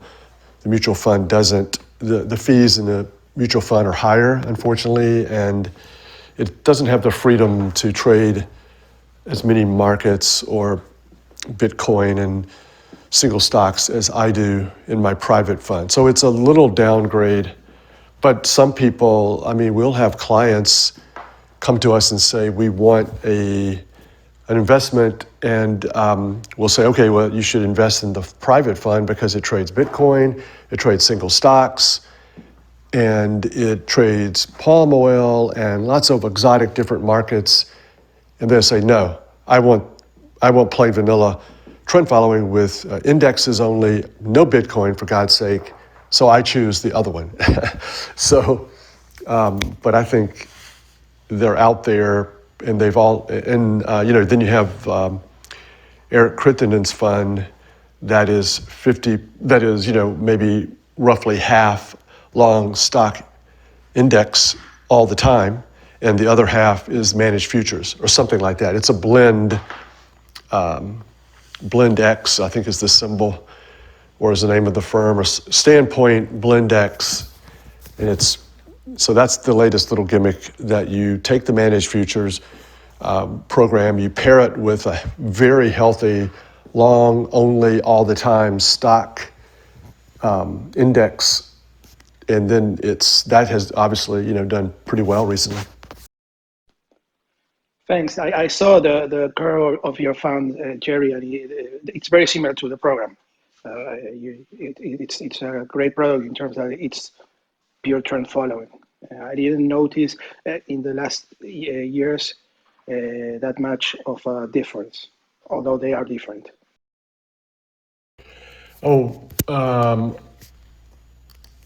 This is the Derek and Richard show sometimes, which is great for me, but don't want to make them work too hard. But back to this idea of I forgot what we were discussing a few minutes ago, but drawdowns and losing money, and then Richard and I we shared read an article this week about utility theory, and I didn't know if you wanted to say a few words about how that applies to the trend following space. I didn't read it, but I have been reading some interesting stuff about utility theory, so I don't know if I just continue down that road. Yeah, and we will take into account that I've had a few glasses of wine. This was an article that Bill Eckhart produced some time ago, where he was basically saying that he believes that this theory called expected utility theory is a more appropriate way of, or a philosophy of, addressing these markets. And he compared and contrasted to a method that basically adopts a sort of a market memory approach. He said that techniques such as averaging down, martingale techniques, all of these sort of things adopt a market memory approach. He believes, and this is associated with all of these predictive techniques, say that the past has some characteristic information you can take forward into the future. And what he says is the expected utility theory is that you can really only make decision making in the now in relation to the volatility that exists in the now, and the risk aversion that an investor has. So Bill clearly is he's doing two things. One is he's clearly attacking outliers, because the article was explicit about non-linearity and attacking outliers, but he was saying that his position sizing is definitely affected by risk aversion. And these are all decisions that are made in the now, so it's like a price following philosophy. Yes, he was very damning about any technique that basically referred to the past and your decisions that are sort of based on past affecting the now. But it was an interesting article. All right, thank you, Jerry, for sending it to me. I'll just say a little bit. I've been reading something coming out of the I think it's London Mathematics Laboratory about ergodic economics, which is a new type of, I wouldn't say new type of economics, but it's not using the mathematics from, say, like the 14 to 1600s, which is what expected utility in these things discuss. And the reason why, so what is ergodicity? Ergodicity is related to this nonlinearity we talk about. Basically, are things, is a random variable going to touch all of the paths, as expected, or is it going to kind of go off course? And some things might go really up or really down. And looking at the ensemble versus the individual, and that paper by a guy named Ole Peters says that in these non-ergodic, Gaussian Brownian motion simulations, what we think is finance, especially in say options theory, that actually they're non-ergodic, that makes all of this expected value thing go out the window, which I think is quite interesting. So what does all that mean? It means that the economic theory that we have even till today is based on mathematics that comes from hundreds of years ago. There is a new field of economics that's coming out of the UK that is using more modern mathematics. And the best way to explain it, I think, is you have a guy playing Russian roulette. There is 1 in 6 chance that you will die, so they will offer you $1 million if you succeed. The difference between being one person with 6 other people or 5 other people playing 6 times, or one person playing 6 times. And actually, this non-ergodicity of returns contributes significantly to income inequality in developed markets, in fact. And so their research is mostly on that. But I thought it was very interesting peek into kind of how nonlinearity is actually kind of breaking down economic theory that has been at the forefront for 200 or 300 years. But doesn't the lack of ergodicity break all the assumptions and models underlying options trading? So how do you trade options in this new world of effectively not being able to simulate paths because distributions are not ergodic, which means they're not converging to that sort of long-term steady state. I mean, you're always in a uncharted territories. So how can you price path-dependent leverage and products? I mean, I think that's the $10 million question. And I think kind of in practice, people have been doing that. If you think about sticky strikes, sticky delta, all of these tips and tricks floor traders used to do on their sheets and adjust it by hand because they know that Black-Scholes is wrong, but it's a good basis, is kind of what's already happening in this world. Humans are smart and they will adapt. I think this is where potentially the practitioners have the advantage over the academics. It's this whole point about ergodicity is that for the last 30 or 40 years, we've been defining our trading environment as a known environment where we adopt single statistics to basically, represent an ensemble of different paths. But the reality is now we must look at a path-dependent context, and it's really the mathematics of computation, which is a more appropriate way now, as opposed to statistical measures. It's computational processes that are the more effective approach to look at the non-linear nature of markets and its chaotic nature. It's not something that we can define through single point statistics, but it is something that computational processes can do. And that's effectively coming to what Derek was talking to a while ago about a more Bayesian approach. As more and more knowledge sort of comes out from the path of that return, you can start narrowing in on possible paths that have a higher degree of certainty than other possible paths. So it's more, it's the way science is going, it's the way complexity theory is going. It's just an interesting way that economics now is going, that's now sort of going against the paradigm of certainty and single point statistics. Yeah, that's true. But even in a Bayesian world, you need ergodicity. Otherwise, your MCMC sampling. Otherwise, your inference doesn't work. That's my point. In a world where Monte Carlo of any kind can't be derived, because this isn't about a single statistic. It's about am I going to replicate my true distribution over a certain number of trials? If I understood correctly, I need to read up these things because they really cast a huge shadow over how everything is priced in derivatives and I think the argument that Ole is saying is that the way we should be treating it is in a non-ergodic path as opposed to an ergodic path. Ergodic statistics is the statistics of the past. The non-ergodic path is the way to address it. So he used these.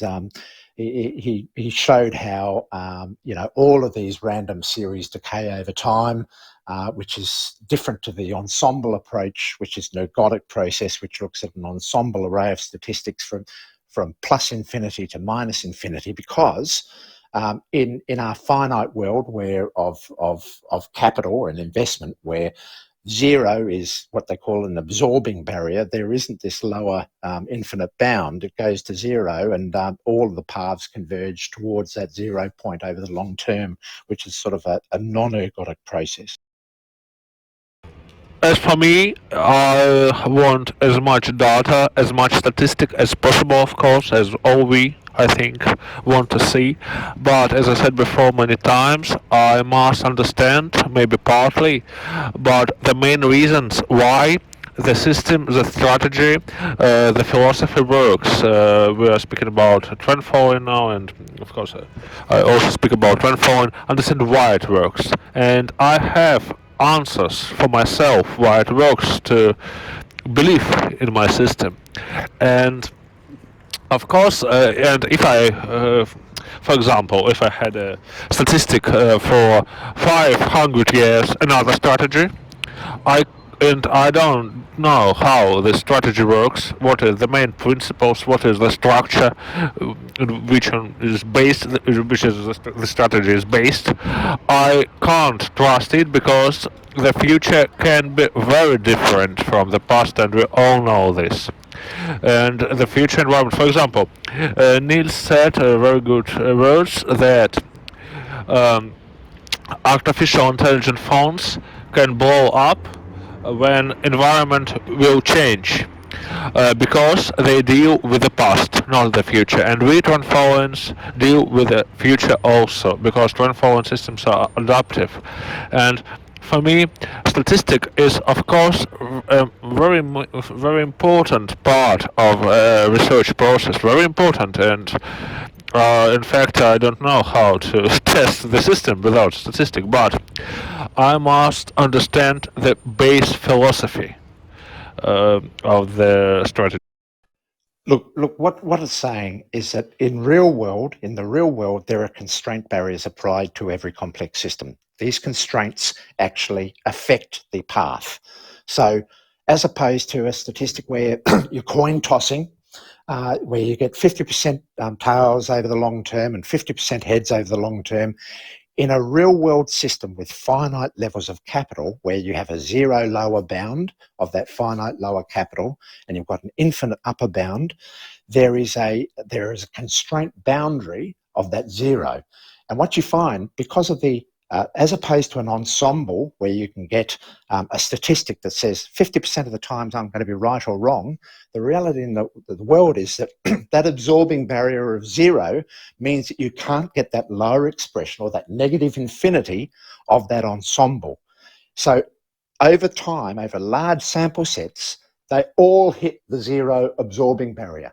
It always happens. The random walk part, the random walk nature of a constrained system always hits that zero.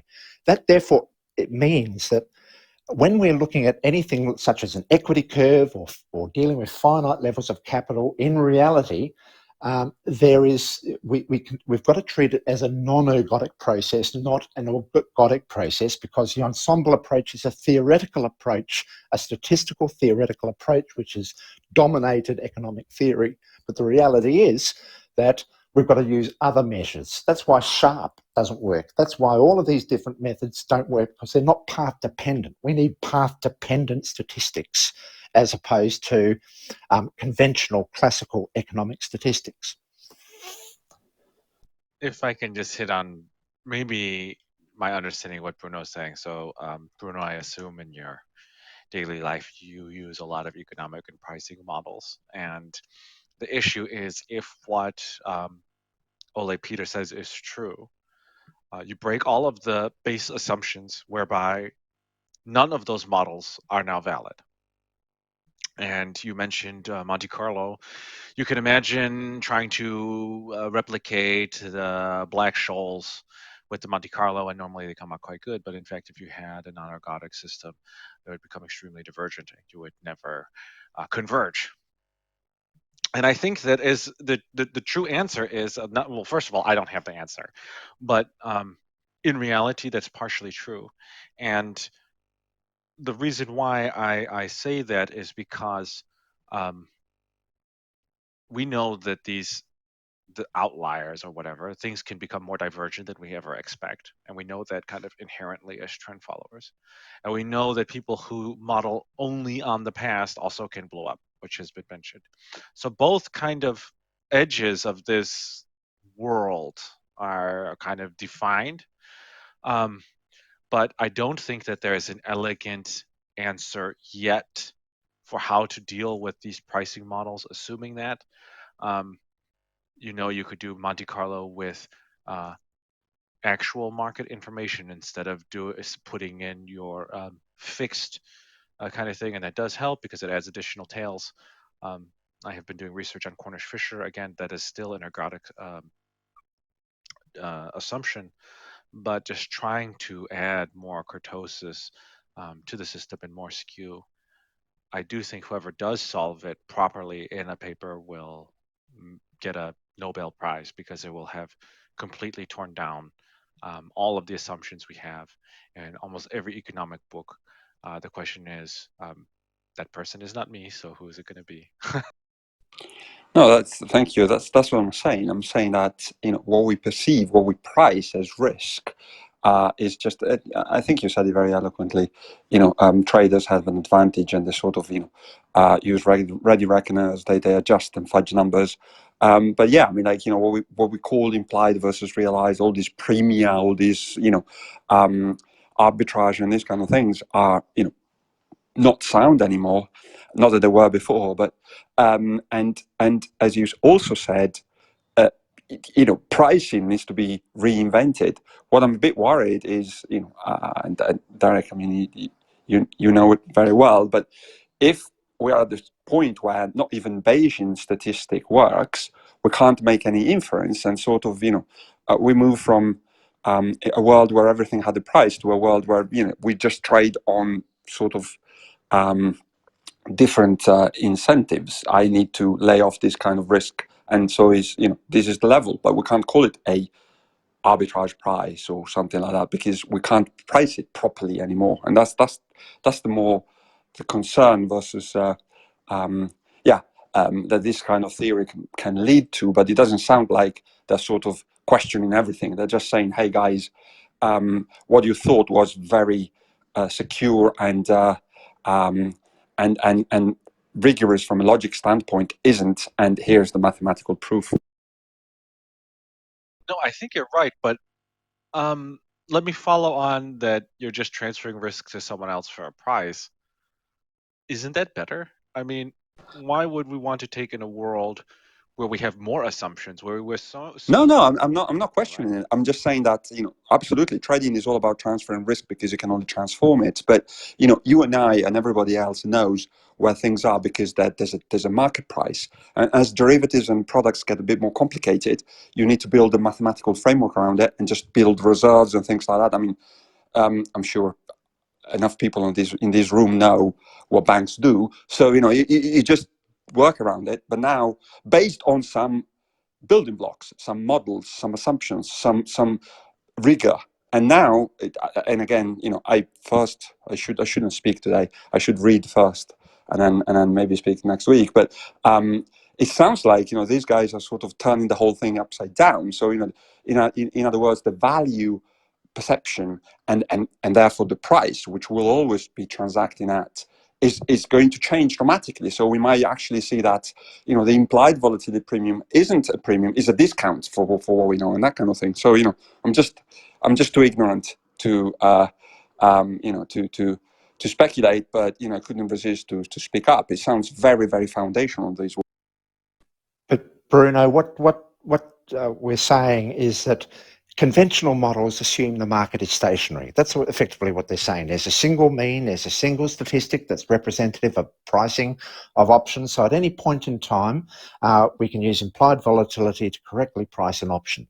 What we're saying is, well, the theory that surrounds that economic basis is based on this notion of predictability and being able to use simple statistics to define a market condition.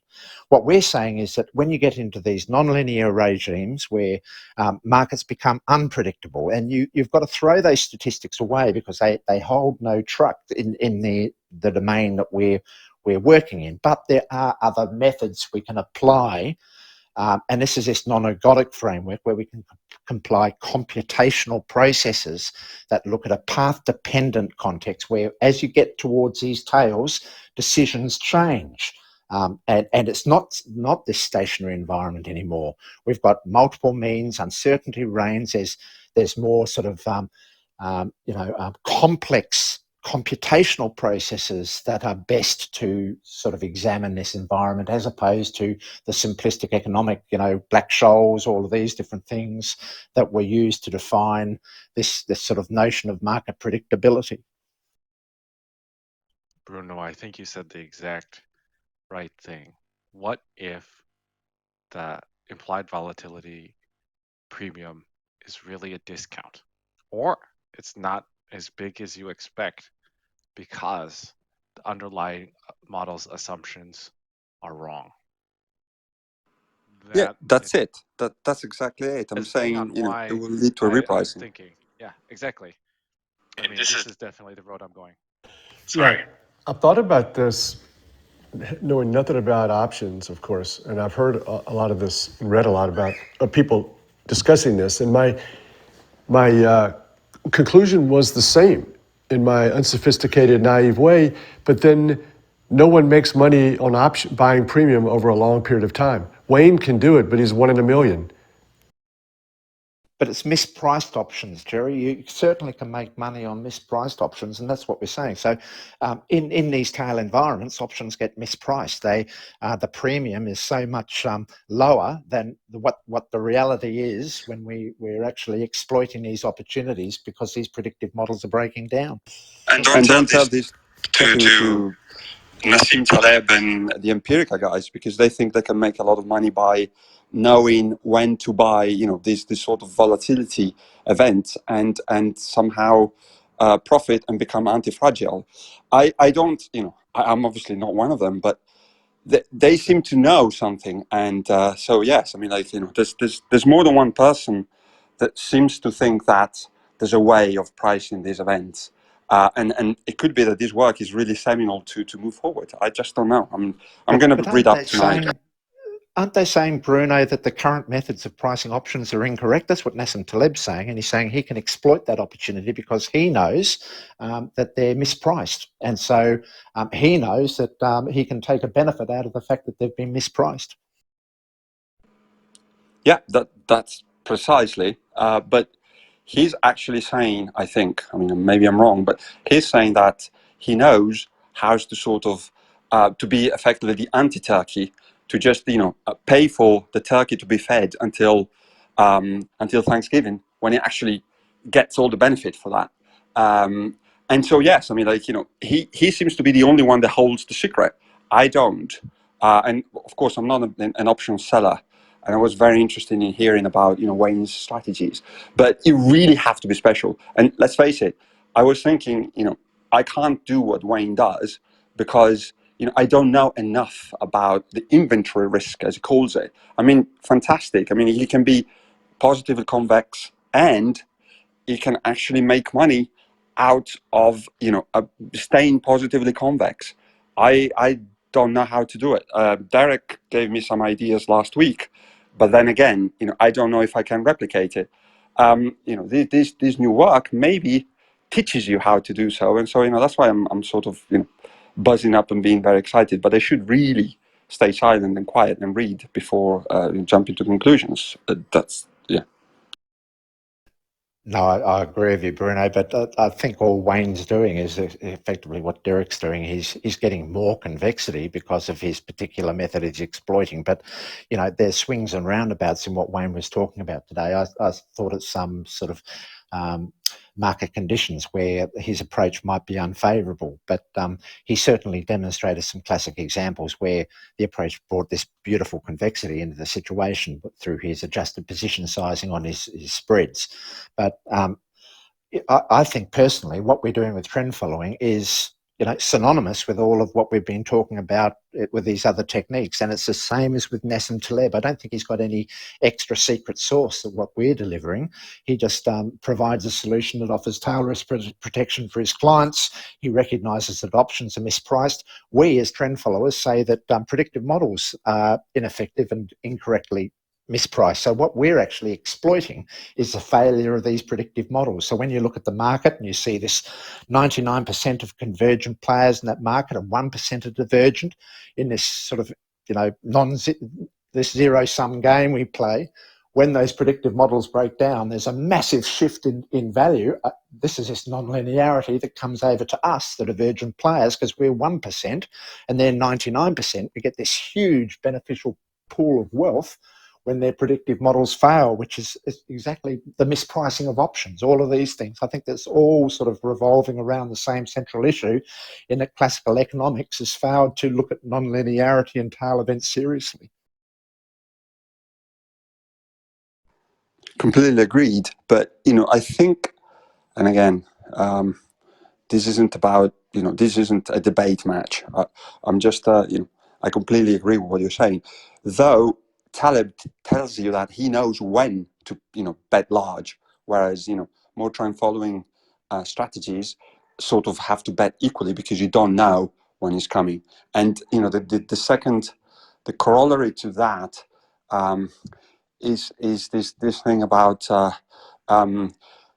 trend following being sort of negatively skewed in the limit, and as Wayne was highlighting in his presentation, because it's sort of short vol of vol, or if you wish, is short mean reversion. And as you very eloquently put it in your podcasts with Niels, there are times when the market just snaps back very quickly, and then you catch a trend, and then you give back everything because of that. So being able to do a better job at timing and all of that maybe comes on the back of these more sophisticated mathematics and more sophisticated tools. I just don't know. I mean, I'm purely speculating here.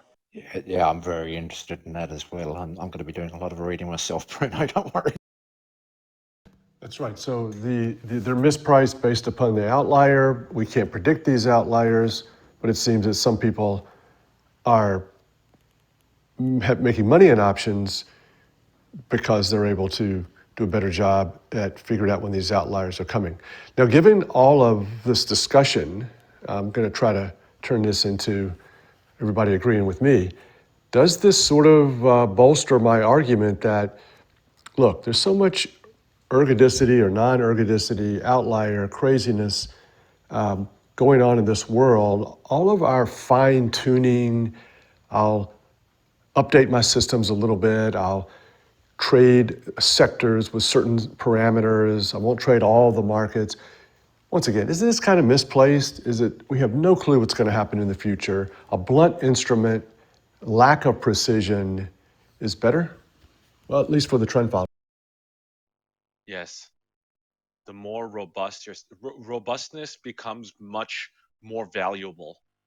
The loose paths fits everybody becomes extremely valuable because you can imagine like our universe of outliers is actually so outliering that we can't even imagine it because the future is something that's beyond comprehension. It's not anything anyone can model with. I mean, this paper was written in 2019, in the last year or 2 years, sorry. So absolutely, the blunt instrument and the kind of steady as she goes is. Oh, please send me a link to that paper. So, over the years, because of my personality or whatever, like I'll listen to a lot of and read a lot of interesting papers and listen to smart people like I'm doing today. And then someone will say, well, did you understand all of that? I'm like, God, no. I didn't understand all that. I mean, I'm not sure why, or maybe I should, but I'm pretty sure it just solidified that you can't predict where the markets are going. You can't predict these outliers. And you should just continue doing everything that you've always been doing. And that's still my takeaway. And I'm happy that I listened, but I don't really feel like I fully understood everything, but full speed ahead. Look at your track record, Jerry. That says enough, doesn't it?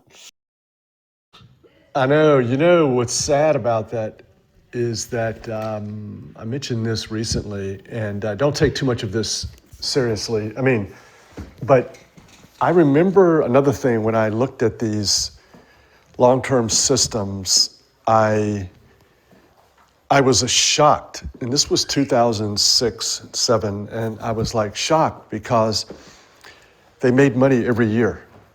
That's right.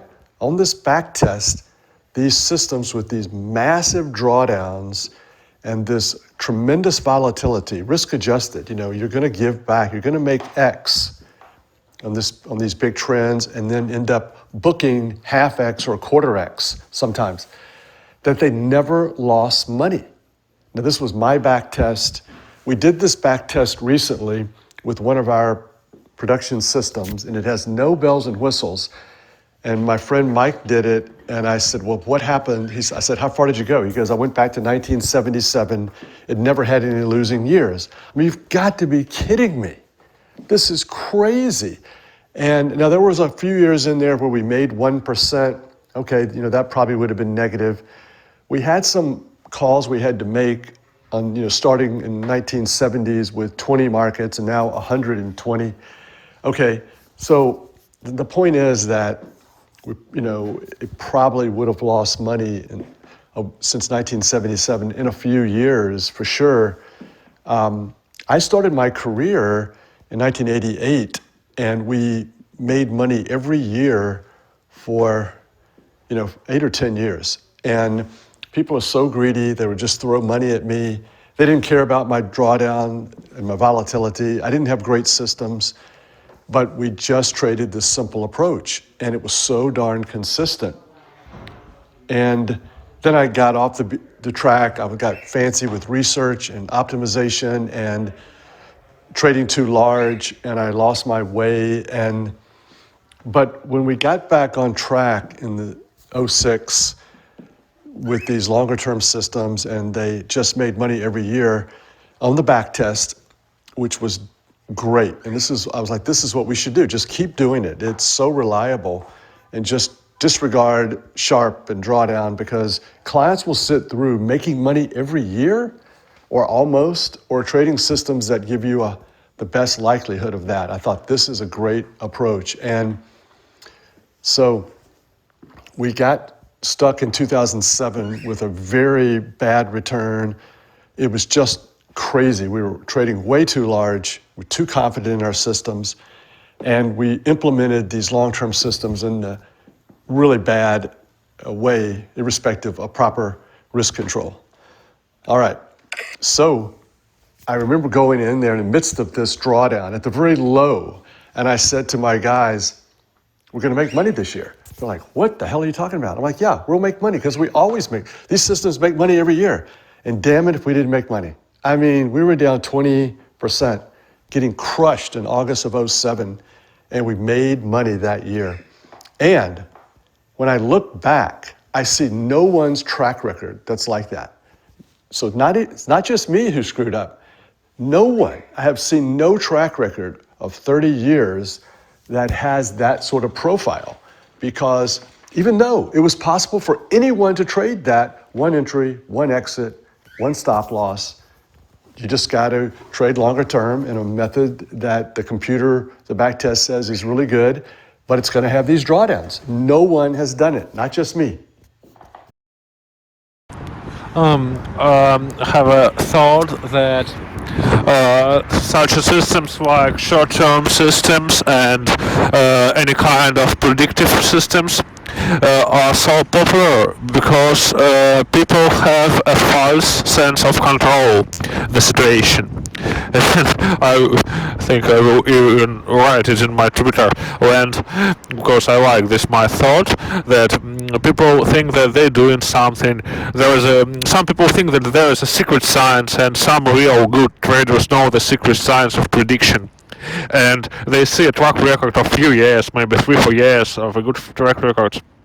I'm not talking now about your Jerry track record, not about this. I'm talking about traders who say that they can predict future with a high probability.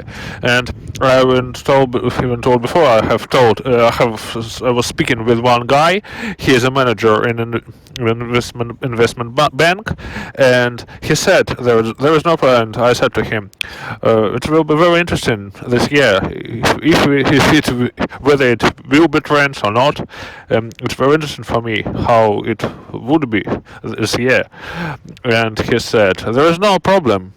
You must do analysis, and you will know what stocks will go up and what stocks will be in flat. And so simple, no problem. You know, it's okay. And he says such shit to his clients. And people believe in this because they like to believe in this, that there is a special guy who knows secrets how to be always in a good shape in the market. It's only psychology, I think. Has anybody else done a back test that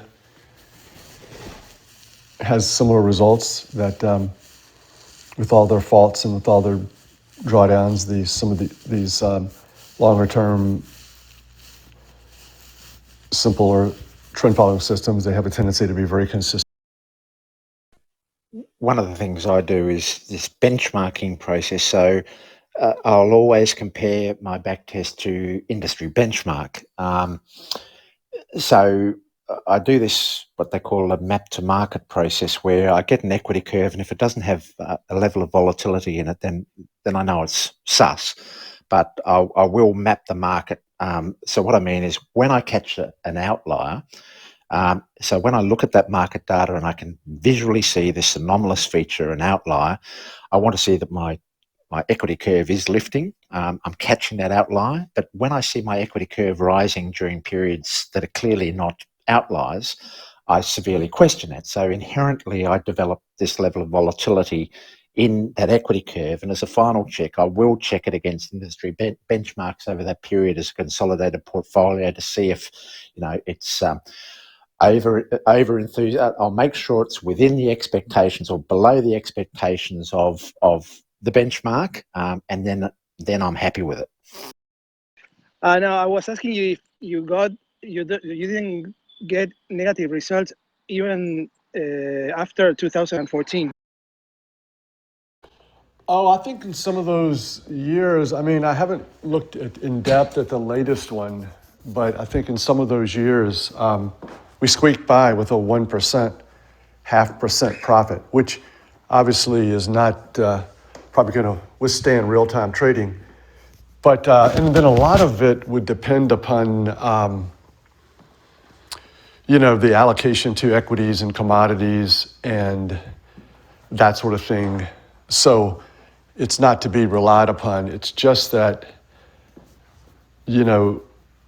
a fantastic track record is within all of our grasp. The easiest, simplest trend following system is going to be very consistent. It's not going to be perfect. Somebody asked on Twitter the other day, what I think it was Derek maybe, or someone like, to Niels in the podcast group, what would you do different? If now in hindsight, after a career, what lessons did you learn? What would you do different now?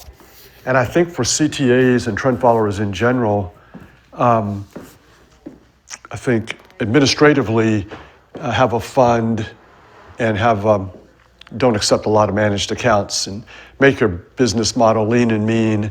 Start your fund, and the fund concepts just allows you to have complete control over the trading, and you're not influenced by clients, and you can trade stocks, which is mandatory. CTAs made a huge mistake by not trading individual stocks from a performance point of view, outlier point of view, and from sort of a reputational point of view. We're weird enough. We don't have to brag about trading indices. It's so stupid. And then sort of try to fit into the hedge fund community, possibly not as a separate sector of hedge funds. Managed futures is a very regrettable term. So, we're going to be part of this hedge fund community. We're trading lots of markets, systematic rules, long and short. But we're trading all the different markets. And then I find a lot of ideas about markets to add, stocks to add, by looking at ETFs, and if you want crazy exposure to some of the commodities that don't have futures, you may find it in lithium stocks, cobalt stocks, different types of stocks out there. Fertilizer was in the news recently.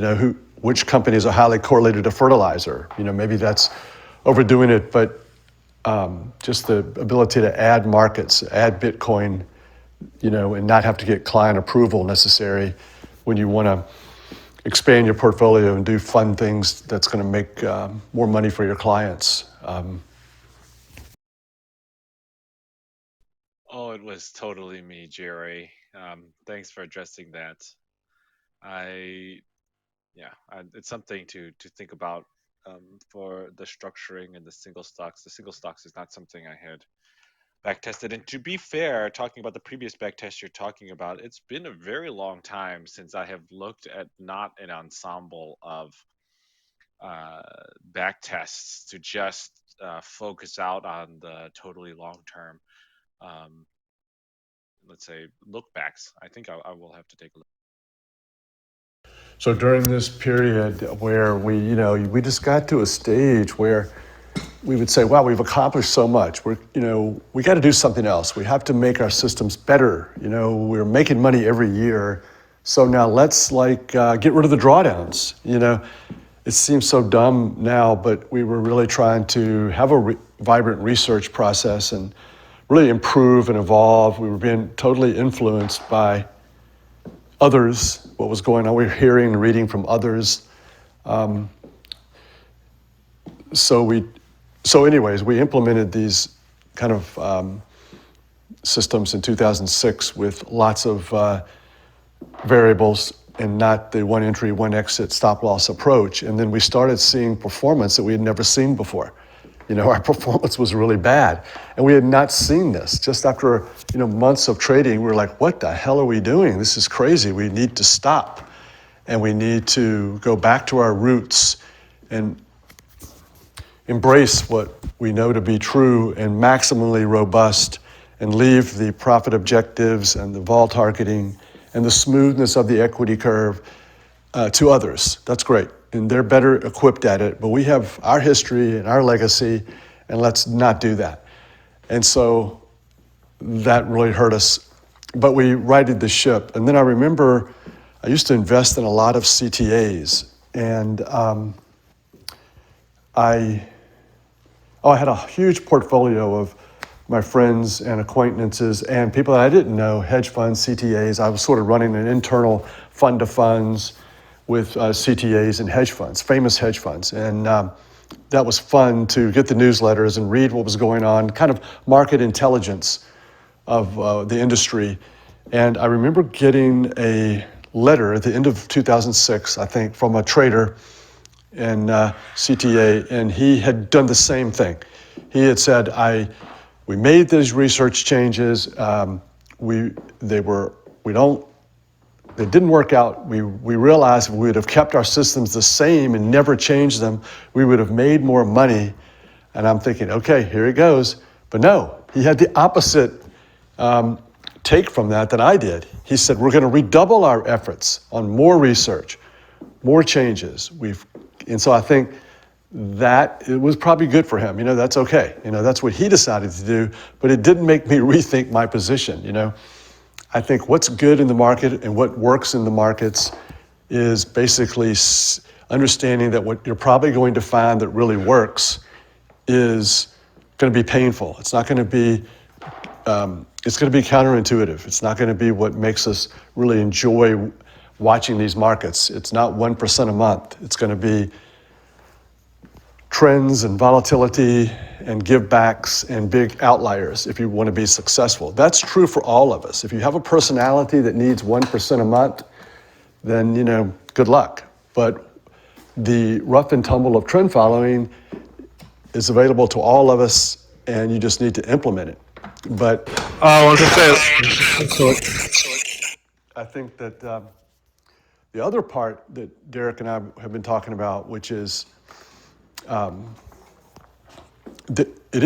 do have to, within the parameters of sticking with what works and respecting the markets and the trends, there are so many other things that is due to your personality, your risk target, your risk, your ability to hang in there with drawdowns, your leverage, and things like that. I think there's at least two different categories. There's some things you cannot build a profitable system based upon your personality and you liking it, but you can implement it and choose levels of risk and I guess a few other things that that more or less does suit your personality. I want to say that the mindset of a lot of people is organized in such a way that they will, and there was some research on this topic, that if we take, I have read, I don't remember where, that if we take maybe 10 guys or 100 guys and ask them, how do you think we must to trade the markets, and they will say something bad for them, for the investment career, for the trading career, something opposite the real laws of market. And now I want to say some funny story. Maybe a few weeks ago, someone called me on the phone. It was a hedge fund, a Russian hedge fund, and his manager said, I am from a hedge fund. We make 10% of money, 10% every month consistently. And I said, okay, and so you will be a billionaire soon, if so. Oh, he said, oh no, you are wrong. It's not big money. If we would make 100% per day, it would be a big performance. We make only 10% a month consistently. It was so funny. I agree with you that it has to be counterintuitive, Cherry, for it to work many times. And that's also has to do with who is the person managing the money and for whom. If you are managing for other people, you get a great pressure to have more stable returns. And in that way, trend following is a little harder to sell. I was saying that like your personality and the personality of your clients and meeting in between this kind of two sides of the field, you still have you have some more room to work, and then you have to implement your trend following that can meet both. And I think that that's very much what I've been reflecting on and trying to figure it out, because you do learn what levers are kind of available for you to pull and push, and which ones you absolutely should not touch. And then I think coming to the realization that we are all kind of lucky that we know something that has an edge. A lot of people are out there don't have that. We are arguing over how to implement it better. What should be we looking for to trade what market? When do you know when to get in? When do you know when to get out? How much risk? All of that is taken care of for us. We are just getting into the weeds when some even large, people who have raised quite a significant amount of money may not actually have. They just might have good connections. That's right. I mean, I think there's a lot of, I track a lot of funds, and they frequently have underperformed, and they're raising money. And so I think you have guys like you and Richard have a very good edge that you can speak the language of the quant language and sound more normal to some of these people than I could. And then real time when you're dealing with clients that they like you, they understand you speak a similar language, and yet you need to figure out, okay, how much of this trend following can I, how much pure trend following can I give to these people, and know when to back off in an appropriate way. I can't totally disregard drawdown. So I think that is great, and I think that's how a lot of the larger CTAs have raised lots of money. They have enough trend following to stay alive and make money, but they write a lot of papers and they talk a more traditional route. So I think I don't see the redemptions coming from underperforming large CTA funds, and saying, oh, well, Jerry's up 20, they're up 8. Okay, I'll give all my money to Jerry. No, he's weird. He doesn't talk like me. Horrible salesman, Jerry. I mean, I really hate that whole process. I do speak the language, I guess, only because I read all those papers, but there's just something about the relationship management, pitching, and that whole thing that I don't know. I can't do it. I can have these types of conversations, fireside chats, where it's like talking with friends at the bar and we're talking about something that we really enjoy, but to like be upfront and give a presentation or whatever is a totally different.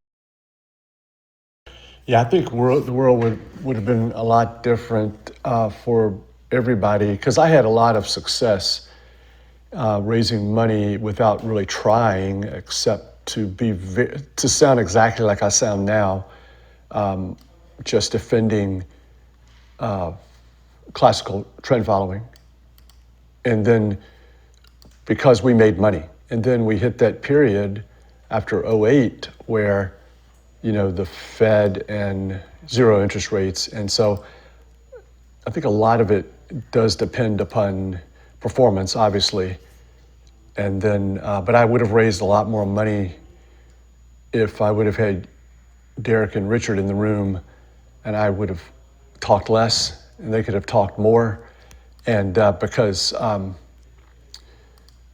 some of the ways that you guys can explain the inner workings of even a simple trend following process, it's very impressive, and it's deep, and it's more to it than the way it comes across when I say it.